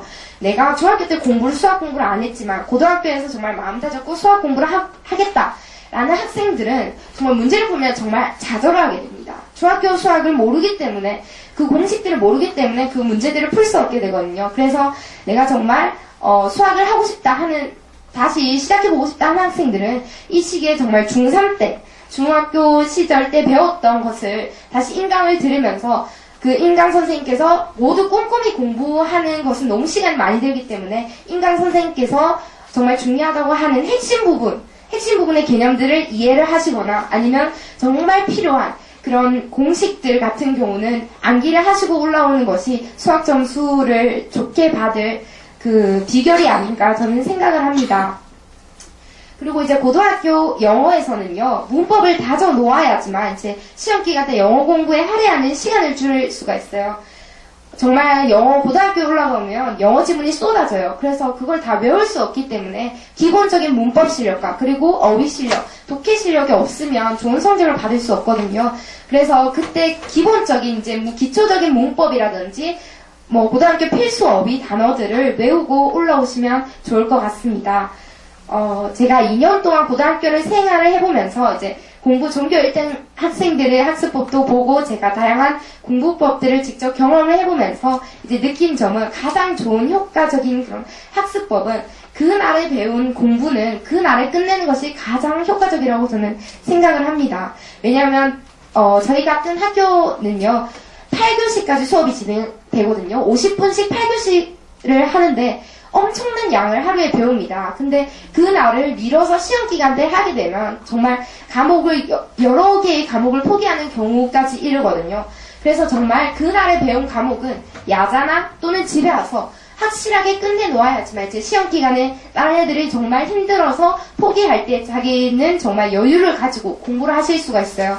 그래서 그 날에 다 끝내는 것이 중요하고 내가 그 날에 다 못 끝내겠다 싶으면 최소 토요일과 일요일과 시간 많은 그때까지는 최소한 다 끝내주셔야지 이제 미뤄지지 않고 좀 더 좋은 점수를 받을 수가 있게 됩니다. 제가 가장 후회하는 점은 이제 중학교 때는 벼락치기가 가능했기 때문에 벼락치기 습관을 버리지 못하고 고등학교 때도 똑같은 방식으로 벼락치기를 적용했거든요. 근데 정말 그 방법이 옳지 못하다는 것을 깨닫고 조금 더 일찍 습관을 고쳤으면 좋았을 텐데 라는 아쉬움이 많이 남습니다. 그 습관들은요, 하루 아침에 고쳐지는 게 아니기 때문에 지금부터 여러분들이 조금씩 그 습관들을 길러주셨으면 좋겠습니다. 이제 고등학교의 이제 공부 방법에 대해서 얘기를 드릴 텐데요. 이제 여러분들이 고등학생들이 되면 이제 내신 공부와 수능 공부를 같이 병행을 해야 됩니다. 수학 같은 경우를 보시면 내신 공부가 곧 수능 공부라고 생각하시면 돼요. 왜냐면 저희 반 1등을 하는 수학 학생, 반 1, 2, 3등 하는 수학을 잘하는 학생들을 보면 수능 모의고사에도 똑같이 1등급을 모두 받거든요. 그래서 내신 공부가 곧 수능 공부다라고 생각을 하시고 여러분들이 내신 공부를 할 때 수학 같은 경우 정말 최선을 다해서 공부를 하셨으면 좋겠습니다. 영어 같은 경우는 수능 공부와 내신 공부가 살짝 다르긴 합니다. 수능 공부를 할 때, 영어 수능 공부를 할 때는 정말 독해 능력, 듣기 능력, 출론 능력, 그리고 문법 실력 등 많은 부분에 있어서 다양한 신장이 요구됩니다. 그래서 내가 수능 공부를 이제 4개월 동안 열심히 해 놓는다면 내신 공부도 훨씬 수월하게 다른 애들보다 더욱 쉽게 할 수 있을 것입니다. 근데 국어는 내신 공부와 수능 공부가 엄청 별도이거든요. 왜냐면 내신 같은 경우에는 작품들이 선생님들이 미리 알려주시고 외울 수가 있기 때문에 조금 내가 암기를 조금만 더 많이 하면 좋은 점수를 받을 수 있지만 수능 같은 경우는 모의고사 같은 경우에는 암기를 해서 풀 수 있는 문제가 한 문제도 없습니다. 그렇기 때문에 정말 수능 문제를 대비하실 경우에는요. 문제 푸는 감을 익혀야 되고 그리고 어떻게 해서 그런 표현법이 나왔는지 푸는 감을 익히고 이제 많은 문제들을 풀어보아야 합니다. 내신에서는 한 작품 한 작품씩 꼼꼼히 공부해야지만 수능 공부는 어떤 작품이 나올지 모르기 때문에 작품을 읽는 법을 배우고 꾸준하게 훈련을 해야 합니다. 그리고 저는 문과 성향이라서 고1 때 사회와 그리고 영어, 국어 이런 과목에만 저는 엄청 공부를 열심히 했고 수학과 가탕 같은 경우에는 별로 등한시역이었습니다. 하지만 그것이 얼마나 고2 때 올라와서야 그것이 잘못된 행동이라는 것을 깨닫게 되었거든요. 여러분들이 고1 때 올라가시면 내가 문과든 이과든 상관없이 모든 과목들을 다 열심히 해주셨으면 좋겠습니다. 그때 고1 때 배우는 것들은 내가 살아가면서 정말 살이 되고 피가 되고 그리고 가장 필수적인 내용이기 때문에 한 과목이라도 버리지 마시고 모든 과목들을 다 조금씩 열심히 공부하셨으면 좋겠습니다. 그리고 공부를 하다 보면 슬럼프가 오게 되는 경우가 있어요. 그래서 슬럼프를 극복하는 다양한 방법들이 있는데 저 같은 경우에는 예를 들면 뭐 신나는 곡을 틀고 춤을 추거나 아니면은 내가 좋아하는 드라마나 영화를 보거나 하는 다양한 방법들이 있습니다. 근데 이런 것들은 다 저의 방법이고요. 여러분들이 슬럼프를 극복하는 방법은 여러분이 스스로 터득을 해야 합니다. 다 사람마다 슬럼프를 이기는 방법들이 다르기 때문에 여러분들이 스스로 슬럼프를 극복하는 방법들을 터득을 하셨으면 좋겠습니다. 그리고 저는 항상 공부를 할 때 목표를 높게 잡았어요. 높게를 잡아야지만 비슷하게나마라도 이제 갈 수 있지 않을까라는 마음에 목표를 높게 잡았지만 여러분들은 그렇게 하지 마시고 정말 현재의 위치와 성적을 고려해서 내가 할 수 있겠다라고 생각하는 것만큼의 목표를 잡으셨으면 좋겠습니다. 왜냐하면 한 번의 성취감을 맛보게 되면 그것이 너무 달콤해서 또 맛보고 싶거든요. 그래서 정말 자신의 위치와 성적을 고려해서 이룰 수 없을 정도의 너무 높은 목표보다 이룰 수 있는 가능성이 높은 목표를 잡으셨으면 좋겠습니다. 끝으로 제가 위에서 발표했던 내용들은요, 저희 2년 동안 고등학교 생활을 경험해서 깨달은 것입니다. 여러분들도 제가 했던 실수들을 겪지 않으셨으면 좋겠습니다. 저희 경험으로 바탕으로 정말 입학 전에 4개월 동안 정말 최선을 다해서 열심히 하셔서 후회 없는 고등학교 생활을 하셨으면 좋겠습니다. 이상으로 발표를 마치겠습니다.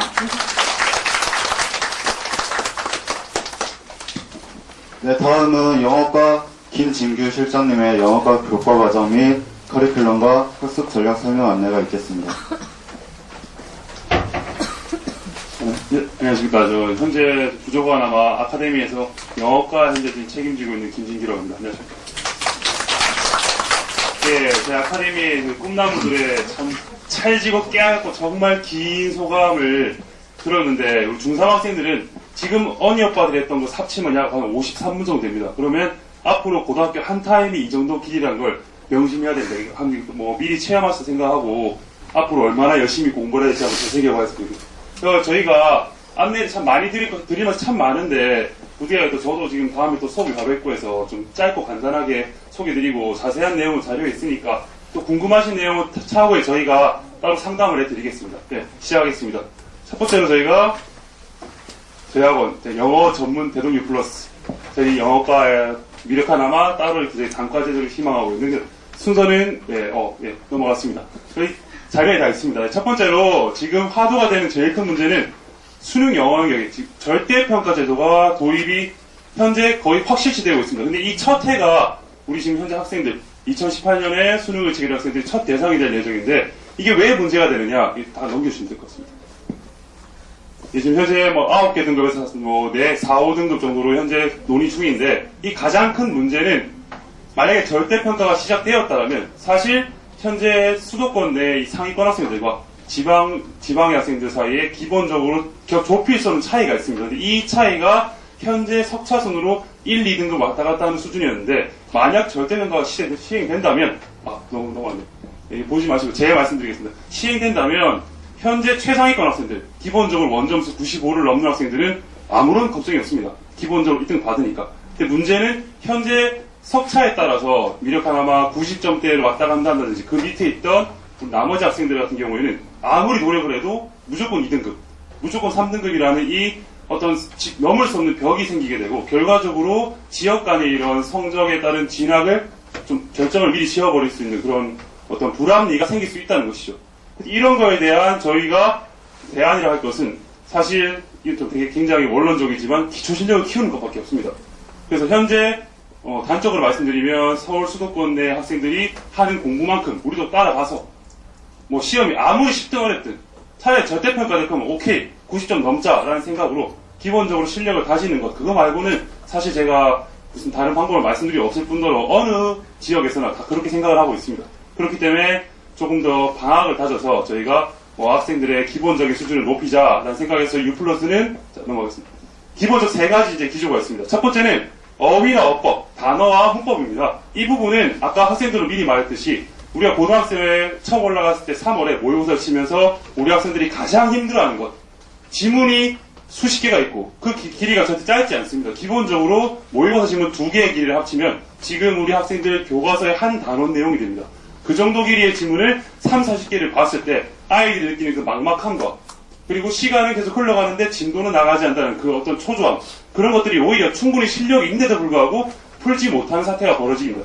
그런 걸 미리 막을 수 있는 방법은 기본적으로 이 단어 눈에 딱 보았을 때 바로 그 단어의 뜻을 알고 그리고 그 단어의 조합이 무슨 의미인지 문장의 뜻을 아는 어법 이 두 가지를 지금 겨울방학에 미리 마지막으로 최종적으로 다지는 것밖에 없습니다. 두 번째는 저희 연계교재 저희 수능 같은 경우에 영어는 EBS에서 지금 현재 기준은 70% 이상인데 이번 수능에서 확실히 드러났습니다. EBS 연계교재가 한 70% 정도 연계가 됐고요. 그렇기 때문에 그런 연계교재와 저희 나름의 변형 문제를 통해서 아이들이 문제를 보았을 때 절대로 그 문제의 형식만큼은 낯설지 않게 해준다. 그 마지막으로 내신 대비가 수능 대비 아까 학생들 말씀드렸듯이 일산 고등학교, 일문계 고등학교에서 중간기말고사를 전부 다 모의고사 형식으로 출제를 합니다.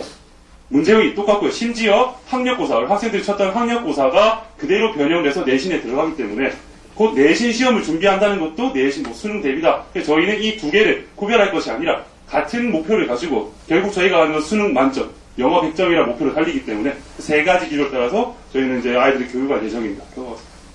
자, 큰 프로그램들이 있는데 이걸 다 설명드리려면 오늘 해도 다 안 끝날 것 같기 때문에 기본적인 자료 내용과 나머지는 상담을 통해 안내드리고요. 근데 기본적 스텝이라는 것은 일단 단어, 문법, 리딩, 리스닝 있고 맨 마지막에 라이팅이라고 있습니다. 쓰기인데 저희가 2007년 이후로 영어 영역의 가장 큰 변화는 그 이전에 문제 유형화 이런 문제는 이렇게 풀면 돼. 위에 문장 3개, 뒷문장 3개 이런 식으로 유형의 학습으로 풀 수 있는 문제가 많았다면 앞으로의 영역의 문제들은 사고력, 생각을 하는 힘, 지문 속에서 답이 티가 나지 않고 그 지문을 읽은 다음에 나름의 분석과 그 분석에 따른 결과를 도출해내야만 답을 찾을 수 있도록 그런 문제가 점점 어려워지고 논술, 아까 말씀드렸듯이 각 대학에서 얘기했던 그런 논술 과정처럼 연계되어서 아이들의 이런 생각하는 힘을 묻는 문제가 많이 나올 것이기 때문에 그 생각이라는 것, 아이들의 생각을 키우는 방법이 무엇이냐고 했을 때 가장 쉬운 것이 자기의 생각을 써내려가는 힘. 표현하는 힘 아닐까 생각합니다. 그래서 그쪽을 저희는 강화할 예정입니다. 그다음 넘어가겠습니다. 예, 그래서 결과적으로 어휘와 문법을 합쳐서 읽는 힘을 키우고 거기에 각 구문들에 대한 경험을 합치고 거기에 저희 플러스 줄 수 있는 것들 각 지문 워낙에 언어 영역 저희 국어 영역의 비문학이나 영어 영역의 이런 리딩 지문들은 워낙에 전문적인 분야 사실 저희가 전 세계에서 가장 놀라는 것 저희 영역 특히나 수능 영어 시험지를 보게 되면 전 세계 교수들도 깜짝 놀랍니다. 아니 이 나라에는 전 모든 고등학생들이 소크라테스냐 영역을 자연과학, 사회, 법학 넘나들면서 엄청난 내용의 지식들이 나옵니다. 근데 그런 것들을 만약에 독해의 힘으로 다 흡수할 수 없을 경우에 대비해서 저희가 미리 어떤 지문, 특히나 어려운 지문이 나왔을 때는 수업 중에 중간에 그런 배경 지식이라든지 기본적으로 어떤 지문을 풀 때 필요한 만큼만 더 깊이 들어가지 않습니다. 그냥 아이가 문제를 풀 때 힘들어하지 않을 정도의 그런 기초적인 지식들은 저희가 같이 병행해서 깔아주려고 저희 그 강사들 노력을 하고 있고 또 그에 앞서 저희도 많이 공부를 하고 있습니다. 넘어가겠습니다. 네. 다음으로 이제 저희가 수능이 곧 내신 대비하고 수능 대비라고 말씀드렸었는데 그럼 저희는 내신 어떻게 대비하느냐? 첫 번째는 이 교과서 지문들을 저희가 완벽하게 해설을 합니다. 이 해설이란 것은 기본적인 해석을 떠나서 그 해석과 문법 해설과 그리고 그 각 지문들을 잘라내어서 문제가 나올 때 어떻게 할 것이냐, 어떤 식으로 출제가 될 것이냐라는 예상 문제를 포함한 것입니다. 두 번째는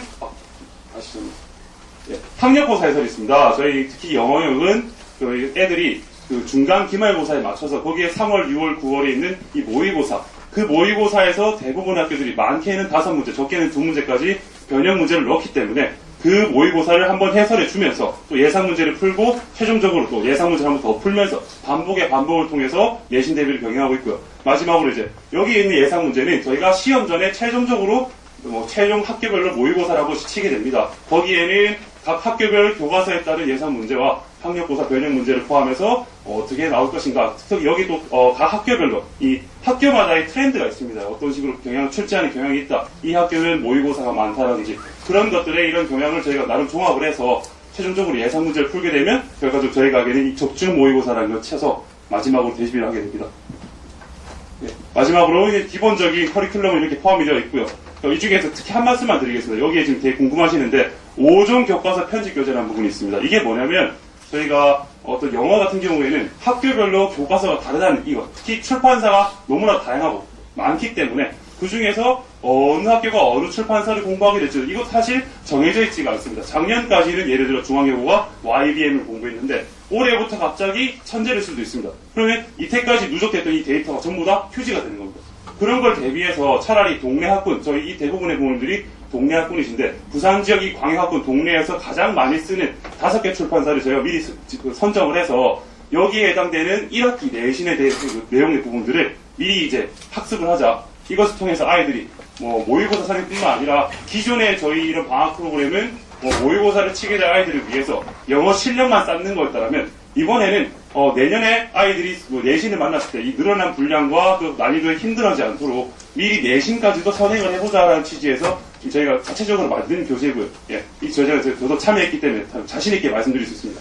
이걸 해서 만약에 우리 아이가 동네 지역의 학교에 다니게 된다면 적어도 다른 아이들보다는 이 모의고사라든지 3월 또 중간기사, 기말고사 때 조금은 더 편하고 쉽게 다가가지 않을까라는 그런 기대도 해봅니다.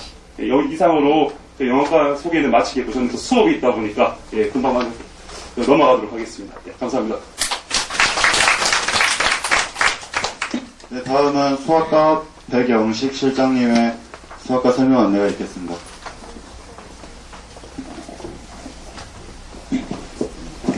네, 반갑습니다. 수학과의 백영식 실장이라고 합니다.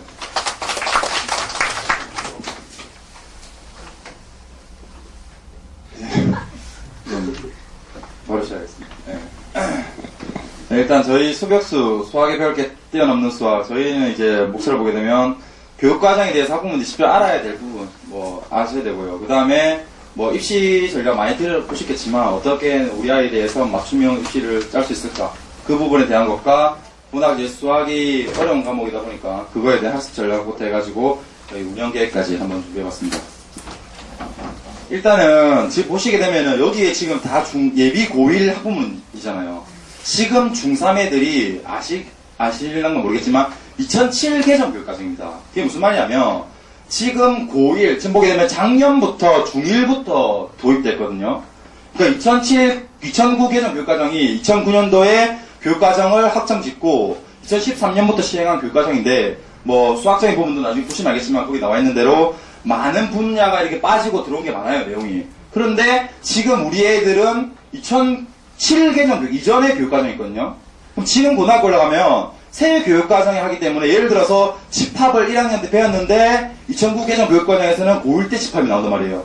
집합을 한 번 더 하게 되고 또 뒤에 있는 그게 잘 안 맞다, 이거 사실. 그렇기 때문에 지금 이 시간에 준비를 잘 해야 된다는 것을 지금 수학과 교육과정만 봐도 바로 알 수 있습니다. 네, 그래서, 네. 종합적으로 말하면 이번 이제 아이들이 두 번째죠. 2009 개정 교육과정으로는 새로운 수능의 두 번째 무대죠. 두 번째 무대면 첫 번째 수능에서 이미 자료가 확보되어 있고 어떤 트렌드인지 경향을 이미 파악할 수 있기 때문에 충분히 대비를 해야 된단 말이고 그거를 역발상으로 다르게 설명하자면 어떻게 보면 지금 1년 선배인 지금 고1 학생들한테 조금 유리한 수능일 수도 있거든요. 재수를 하게 되면 그만큼 유리하게 이끌어갈 수 있기 때문에 그 부분에 대해서도 염려를 하셔야 됩니다. 네. 자. 그래서 보게 되면은 좀 많이 바뀌는 게, 지금 뭐, 저 때도 마찬가지고, 뭐, 부모님, 학부모님들 있을 때도 마찬가지지만, 수원 수투가 옛날의 수원 수투가 아니에요.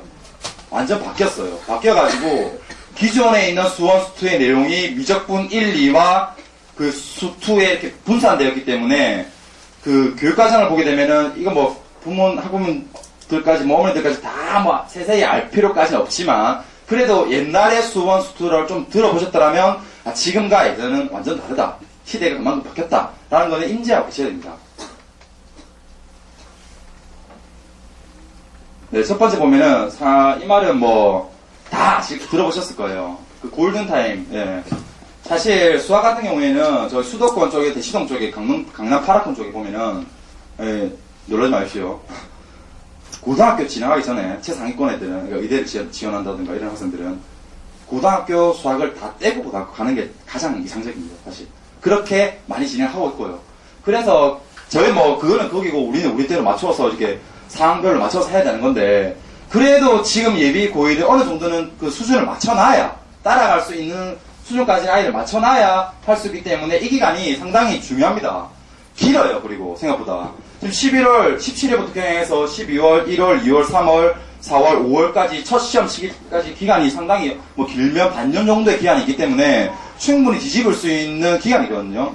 이때 잘 잡아놔야 나중에 그 아이가 뭐 성적을 올려서 한번 노릴 수 있다. 더 좋은 대학을 갈 수 있다는 것을 한번 생각해 볼 수가 있습니다.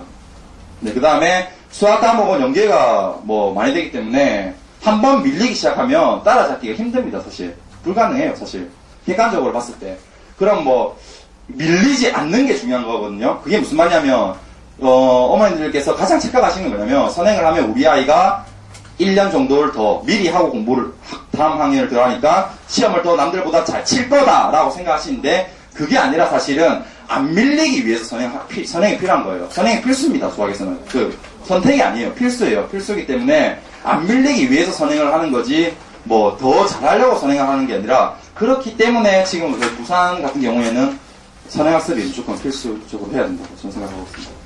네, 그 다음에 최근 트렌드는 구치인데 이게 무슨 말이냐면 교육과정이 바뀌면서 뭐 수열, 방정식, 함수, 그 다음에 계원수, 극한, 뭐 수학의 대표적인 중요 요소들이 다 전신 배치됐어요. 옛날에는 고등학교 2학년 때부터 시작하던 게 지금 고등학교 1학년부터 바로 합니다. 그 말은 승부의 갈림길이 고1 겨울방학이 아니라 중3 겨울방학이에요. 무슨 말인지 알겠죠? 1년씩 앞으로 당겨졌기 때문에 그만큼 굳힐 수 있다는 거죠. 미리 잘 받으면은 그렇게 그냥 솔직하게 말하면 잘하는 애들이 틈을 안 줘요.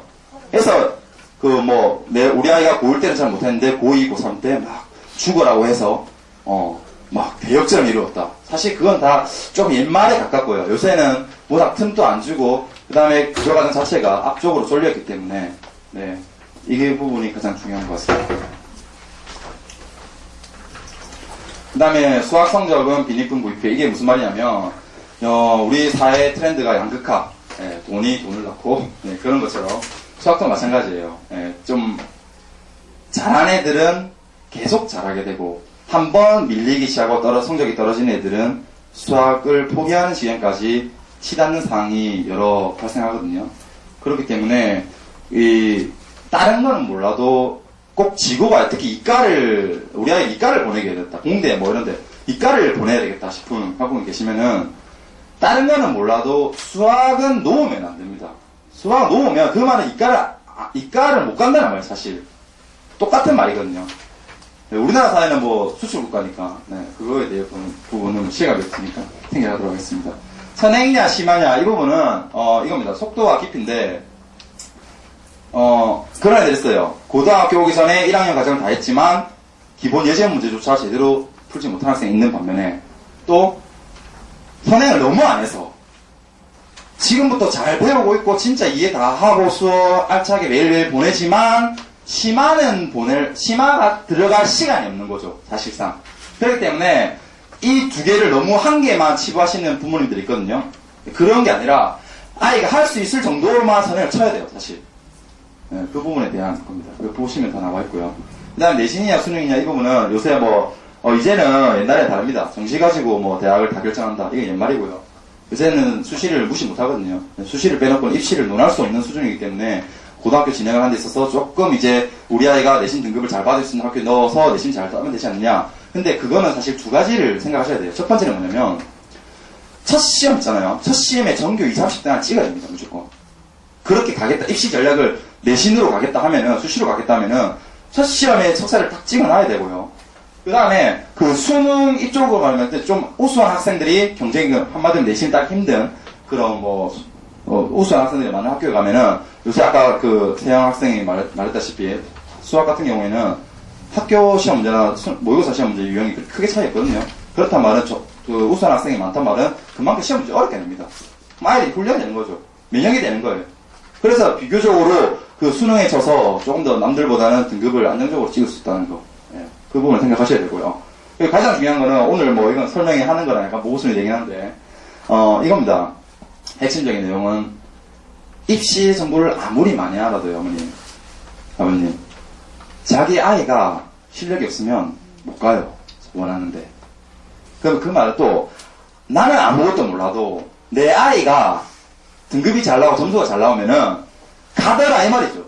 갈곳 가더라 이 말이죠. 이 말이 무슨 말이냐면 이런 거 알고 알아보고 수시냐 정시냐 이렇게 고민하는 것도 다 좋은데 가장 잊지 않아야 될 그것 우리 아이의 기초 실력이에요. 이게 없으면 아무것도 필요 없는 거예요. 입시 정보라는 게 사실. 그거를 잘 생각하셔가지고 저희 수학과 같은 경우에는 그 수업 시간에 보면은 중등부랑 완전 분위기가 다릅니다. 고등부 수업할 때는 그냥 쉬는 시간도 없이 하거든요. 45분짜리 두 번 하는데 하루에 어머니 아시겠지만 수리 영역이 수능이 100분입니다. 모의고사 100분. 45분 동안 그걸 집중 못 해가지고 5분 쉬어야 된다면 어떻게 100분짜리 시험을 최선을 다해서 집중을 다해가지고 쏟아낼 수 있겠습니까? 그걸 잘 유념하셔가지고 너무 힘들다 하는 거 그게 다 살이 되고 뼈가 되거든요. 네, 그래서 그럼 너무 빡시게 한다 이런 거 너무 잘 생각하시고 일단 저희 균형계획 보면은 여기 지금 보게 되면 자체 교재라 돼 있는데 12월까지 7주입니다. 7주짜리 교재를 만들었어요. 제가 만들어가지고 저 영희쌤이랑 같이 만들어가지고 7주 동안 고등학교 1학년 1학기 거 한 바퀴 돌릴 겁니다. 되든 안 되든 빡세게 시켜가지고 돌리고 그 다음에 1월 개강하기 시험 개념원리랑 RPM 같이 돌릴 거예요. RPM 문제집이 상당히 좋거든요. 이번 수능 문제도 많이 적중이 됐고 내신 문제랑 연계성이 가장 크기 때문에 이렇게 해가지고 한 바퀴 더 돌리고 3월 개학하면 또 들어갑니다. 정석으로. 그럼 3번이에요. 3번. 3번 두고 시험 치면은 어느 정도 첫 시험에 대한 자신감이 애들이 있을 겁니다. 그렇게 해서 자신감 시험을 주고 시작하자는 게 일단은. 그리고 그 충만 같은 경우에는 또 선행도 바로 들어가고요. 그래서 들어가고 그 다음에 효반이나 예반 같은 경우에는 여기 원래 선행이 없었는데 제가 선행 그래도 해야 될 것 같아가지고 아무리 좀 기초반이라 하더라도 알고 들어가는 거나 모르고 들어가는 거나 차원이 다르잖아요. 줄거리를 알고 영화를 보는 거나 줄거리도 모른 채 영화를 보는 거랑은 이해하는 수준이 틀리기 때문에 이렇게 구성을 했고요. 그 자세한 거는 책자 보시면 나와 있어서 저도 오늘 지금 수업이 바로 있어가지고 바빠가지고 빨리 말했습니다. 이상입니다.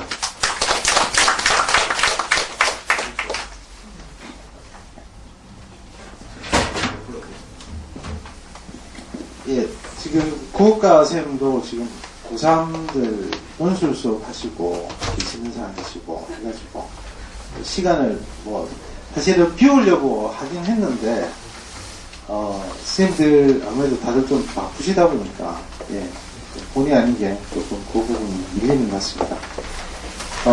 아까 이거 제가 이때까지 선생님들이 말씀을 해주신 거랑 아이들이 이야기를 해주신 걸 조금 종합을 해서 제가 좀 말씀을 드리고 뭐 안 되면 자료로 대체를 하고 가도록 하겠습니다. 이제 사실은 고등학교에서 이제 공부를 하는 부분에 있어서 대학을 하는 길은 수시와 정시 두 가지로 나눠져 있습니다. 근데 이제 실제 수시에서는 소위 말하는 내신 학생 기록부가 최고의 그 쉐어를 가집니다. 그런데 정시로 가실 때는 내신은 크게 의미가 없어집니다. 이게 굉장히 대별되는 구조거든요. 근데 이거는 뭐냐면 수시의 모집 정원과 정시의 모집 정원의 어떤 비율적인 부분을 보면 한 70% 정도는 수시로 지금 포진이 되어 있습니다. 그런데 그 자세히 잘 살펴보셔야 되는 게 뭐냐면 그러니까 상위권 대학에서 특정 학과 같은 경우에는 또 비율이 커요. 그런데 또 다른 학과를 가면 수시 모집 비율이 또 낮아요. 그러니까 전체 모집의 어떤 단위를 놓고 가지고 보면 어떤 학교는 100% 수시로 가는 학교도 있습니다. 그리고 예전에는 수시가 예를 들어서 뭐 이런 부분이 있습니다. 만약에 재작년 기준을 못 맞추게 되었을 때는 인원이 정시로 넘어갔습니다. 그래가지고 거의 5대5 수준으로 간 적도 있습니다. 근데 지금은 수시도 대기순번 나갑니다. 무조건 70명이면 70명 다 뽑아내야 됩니다. 만약에 해당이 되는 아이들에서 순서대로 딸려 올려가지고 만약에 안 되었을 때는 넘어가는데 무조건 지원을 했을 때 미달이 터지면 최저만 맞춤도 가는 경우도 있습니다. 아까 그리고 또 말씀드렸듯이 인제의대 같은 경우에는 수시에서 제재 학력 안 보겠다라는 이야기까지 이제 나와보면서 그러면 부모님들이 판단을 하셔야 돼요. 부모님들이 어떻게 보면 여기 계시는 부모님들이 어느 정도는 판단을 해주셔야 돼요. 왜냐하면 저희들이 학생들하고 같이 많이 호흡을 하고 있지만 아이들에 대해서 제일 잘 아시는 분들이 바로 부모님들이죠. 그럼 내 아이가 아까 저희 수학 선생님 이야기 하셨죠. 내신으로 가닥을 잡아서 간다면 무조건 첫 시험에서 전교 30점 찍어야 된다. 그래야 상위권 간다. 맞습니다, 이게. 그래야 상위권 갑니다. 그리고 지금 여기 있는 친구들, 요번에 그 기말 치고, 중3들, 조금 사실 실망을 했던 부분들이 있는데, 뭐냐면, 이런 겁니다. 긴장을 하느냐, 긴장을 하지 않느냐. 이 차이거든요. 지금 사실은 오늘 이 자리가 만들어지고 이렇게 진행을 하게 된 의도 자체가 사실은 조금 커져버렸는데, 외부에서 오신 분들도 있고, 또 내부의 학부모님들도 모신 것도 있는데, 기말고사 때부터 긴장을 안 하고 있어요, 지금. 아이들이. 왜냐하면, 이미 2학기 중간고사 시험을 치고 난 다음에 인문계 갈 놈들, 전문계고 갈 놈들 다 나눠졌거든요. 아주 특별한 케이스를 제외하고는 이제 다 인문계 간단 말입니다, 지금. 그러니까, 뭐, 마지막 시험에 대해서 긴장도가 있겠습니까? 거기에다가, 그 긴장 풀린 데다가 또 하나가 뭐냐면, 이제 좀 놀아야 되는 거 아니냐. 아까 이야기했듯이, 중학교 3년 내내 쇠가빠지 고생했는데, 하는 부분이거든요. 그래서, 사실은 이런 자리를 마련을 하고, 이런 부분들을 설명을 하고 하는 부분들은, 여기 계신 부모님이나 학생분들이 긴장을 해달라는 뜻입니다. 이제부터. 왜? 여러분들 군대로 치면 전쟁터에 나가기 일보 직전의 상태에 놓여 있다고 보시면 됩니다. 그러니까 마지막 훈련 기간에 들어간다고 보시면 됩니다. 어쨌든 내신은 관리를 안 할 수가 없습니다. 대학을 가는 데 있어서 가장 큰 요소 중에 하나입니다. 그럼 그 내신은 1학기 중간고사, 1학년 1학기 중간기말, 2학기 중간기말. 이렇게 하면 총 12번의 시험인데 12번의 시험. 이 12번의 시험을 어떻게 감당을 해내고 어떻게 정리를 해낼 것인가가 내신을 좌우해버리거든요. 그게 비교과. 근데 아까도 제가 언뜻 말씀을 드렸지만 교과 성적 좋은 애에 대해서는 비교과 성적을 나쁘게 줄 수가 없어요. 그거는 어쩔 수가 없는 상황입니다. 특히 수도권보다는 부산이 그런 게 좀 더 강합니다. 왜냐하면 학생기록부에 기록을 하는 내용들을 살펴보면 조금 다릅니다. 그래서 제가 서두에 어머님들한테 학생기록부가 나이스에 나옵니다. 다 나옵니다. 다 열람하실 수 있어요. 왜, 아까 제가 농담 삼아 2주에 한 번씩 들어가셔야 됩니다. 라고 말씀을 드렸는데, 최소한 한 학기에 3번 이상은 들어야 됩니다. 한 학기에 3번 이상은 들어야 됩니다. 들어가서 내 아이에 대한 평가가 어떻게 됐는지 꼭 보셔야 돼요. 이거. 특히 비교과 영역. 이거 조금 다른 부분인데, 중등 때도 똑같은 상황이거든요. 중등 때도. 예전에 이런 경우가 있었습니다. 애가 성적이, 전체 성적이 평균 80점이에요, 교과가. 아무 걱정 없었죠. 걔가 고등학교 못 갈 거라 생각을 못 했습니다. 그런데 걔가 일반 인문계곡을 못 갔어요. 예전에 컷이 60% 요때였는데.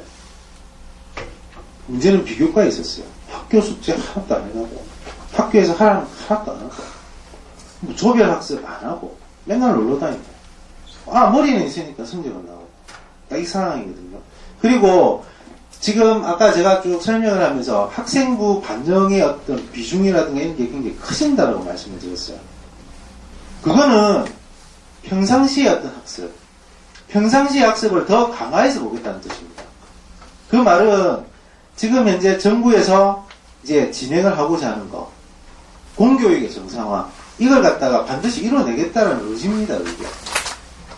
그래서 여기 계신 분들은 정확하게 아셔야 되는 게 학원이 다 못해줍니다. 학원이 하는 역할은 학교 공교육에 부수적인, 쉽게 말해서 도움을 주는 제2교육기관으로서의 역할을 해야 됩니다. 근데 지금 부모님들은 제1교육기관의 역할을 해달라고 지금 이야기를 하고 계시거든요. 있을 수가 없어요. 가령 예를 들어서 고등학교 올라가면 참고로 하루에 90분 이상 수업을 못해요. 9시까지 야자를 하게 되면. 학원은 11시까지밖에 못하니까. 그럼 90분을 하는 곳이 어떻게 추가되겠습니까? 추가 안 돼요. 그럼 이 90분을 하는 곳은 어떤 부분으로 활용할 것인가에 대해서 고민을 해보셔야 돼요. 이거는 저도 제 아이가 이게 지금 중3이고 볼 얘기입니다. 그렇기 때문에 굉장히 고민이 많습니다. 그런 부분으로 실제 이런 커리큘럼을 짜고 이런 부분들을 진행을 하는 거에 있어서 사실 상당히 우리 선생님들하고 의견 교환을 많이 합니다. 그 이유가 이렇게 선행을 하고 선행도 2번 반복하도록, 특히 수학 같은 경우는 가도록 하고 하는 부분은 정작 이 3월에 들어갔을 때의 본 수업에서 학교 수업을 정확하게 따라가고 정확하게 가져가야 된다는 겁니다. 아까 밀리면 안 된다 했잖아요. 그때그때 해결하라고 했잖아요. 그럼 그때그때 해결을 하려면 본 수업에 들을 때 많은 걸 가져와야 돼요. 선생님들이 수업을 해줄 때, 학교 선생님이 수업을 해줄 때 많은 걸 가져올 수 있는 구조가 돼야 돼요. 그래야만이 복습할 거리가 적어져요. 제일 무식하게 복습하는 게, 만약에 오늘 1페이지부터 100페이지까지 진도 나갔으면은 1페이지부터 100페이지까지 보는 친구들이에요. 그렇게 하는 게 아니고 1페이지부터 100페이지까지 하는 내용 중에서 자기가 이해 안 되고 몰랐던 것만 복습하는 거예요. 그게 복습하는 요령입니다. 근데 그게 가능하려면 반복이 여러 번 일어나야 되거든요. 그럼 이런 부분들이 반복이 계속 진행이 되어야만이 해결이 납니다. 그리고 이 본 수업이 3월부터 다시 처음 1페이지부터 진행이 되거든요. 그러면 그때 이미 예습 형태의 수업이 학원에서 진행이 돼 들어간다고요, 다시. 반복을 해드리는 이유는 이 부분입니다. 구경꾼 효과라는 부분을 없애기 위해서 해드리는 겁니다. 한 번 봤다고 해서 아는 거 아니거든요. 또 두 번 봤다고 해서 아는 거 아니거든요. 세 번, 네 번 봐야 내가 아는 겁니다. 만약에 한 번 보고 아는 경우에는 학생이 집에 가서 개별 학습을 엄청나게 했을 겁니다. 그럴 수밖에 없는 부분이라는 거 참고를 해주시고요. 저기 국어 선생님 지금 또 수업 끝나고 오셨는데 지금 사실 굉장히 시간이 많이 그런 상황이라서 사실은 요 자료로 대체를 좀 해야 되겠습니다. 예, 예. 그럼 자료로 대체를 하고 일단 요 학부모님들한테 요 소견서만 좀 나눠주시고요. 학부모님들한테 소견서를 제가 좀 나눠드릴 거고요. 저희가 지금 이게 수능이 끝나자마자 뭐 여러 가지 부분들이 좀 진행이 되다 보니까 좀 선생님들이 수업 관계하고 이렇게 많이 부딪혀서 그러는데 지금 요 소견서 조금 기록을 좀 해주시고요. 뭐 이거는 뭐 다른 뜻으로 돌리는 게 아니라 저희가 이런 행사를 보통 하고 나면 좀 부족한 거, 특히 부족한 거, 이런 게 좀 부족하더라 하는 걸 좀 적어주십시오. 그리고 지금 요 적으시면서 궁금하신 내용 있으시면 말씀을 해주시고요. 제가 아까 서두에도 말씀드렸지만 대학을 가는 부분에 있어서는 분명히 수시와 정시 두 가지로 갑니다. 그래서 만약에 내 아이를 정시로 포커스를 맞추는 것 같으면 정말 수능 쪽에 몰입을 해 들어가셔야 되고요. 그 다음에 내 아이는 내신으로 해가지고 수시 쪽으로 가닥을 잡아 들어가시는 것 같으면 내신 관리를 확실하게 해주셔야 됩니다. 특히 교과 관리. 그래서 3년 동안 실시하는 12번의 시험을 어떻게 정리를 할 것인가. 이 부분에 많은 고민을 하셔야 돼요. 그래서 이건 혼자 고민하셔야 될 부분은 아니에요. 왜냐하면 학원을 찾든지 학교를 찾든지 한 군데만 찾아가지 마시고 학원도 여러 군데 돌아다녀 보시면서 이야기 들어보시고 그러면서 이런 것도 있구나 저런 것도 있구나 라는 정보를 다양하게 구하셔가지고 어떻게 로드맵을 잡을 건가를 고민해 보셔야 돼요. 저희 학원에서 100% 잘한다고 저는 말씀 안 드립니다. 저희 학원에서 뽑아먹을 거 있으면 저희 학원 등록해서 그것만 뽑아먹고 다른 데 가셔야 돼요. 더 많은 것을 드리기 위해서 저희들도 더 많이 노력을 하겠지만 내 아이한테는 요것만 뽑아먹고 가야 되는 것 같으면 뽑아먹고 가야죠. 왜? 고등학교 올라가서는 아이들이 이것저것 다 할 수 있는 시간이 없습니다. 그렇기 때문에 좀 필요한 게 뭔지 어디에서 집중을 해야 되는 건지 어디에 밀어붙여야 될 건지 이거 생각하셔야 돼요. 그래서 그런 어떤 전체적인 로드맵이 설정이 안 되신 상황이라면 한번 신중하게 생각해 보셔야 되거든요. 그리고 또 내 아이의 어떤 그 성향 또 한번 곰곰이 생각해 보셔야 돼요. 이거는 지금 이 부분입니다.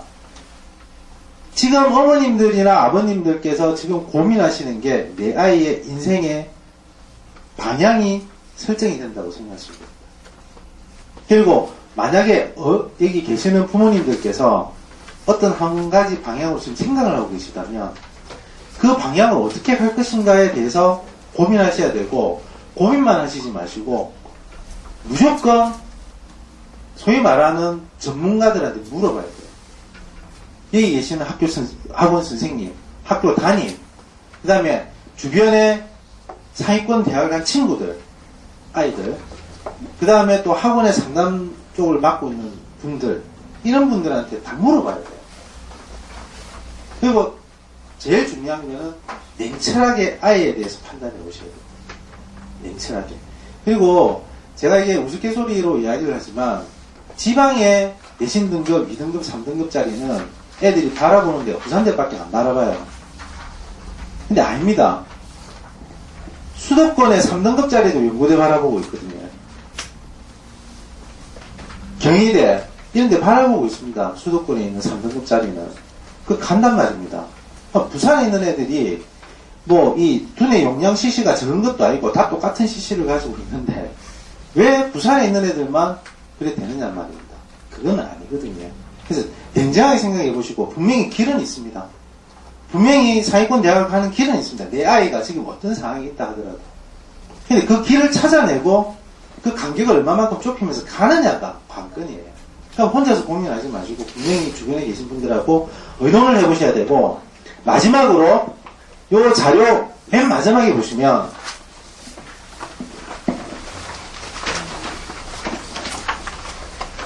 고등학교 목록이 나와 있습니다.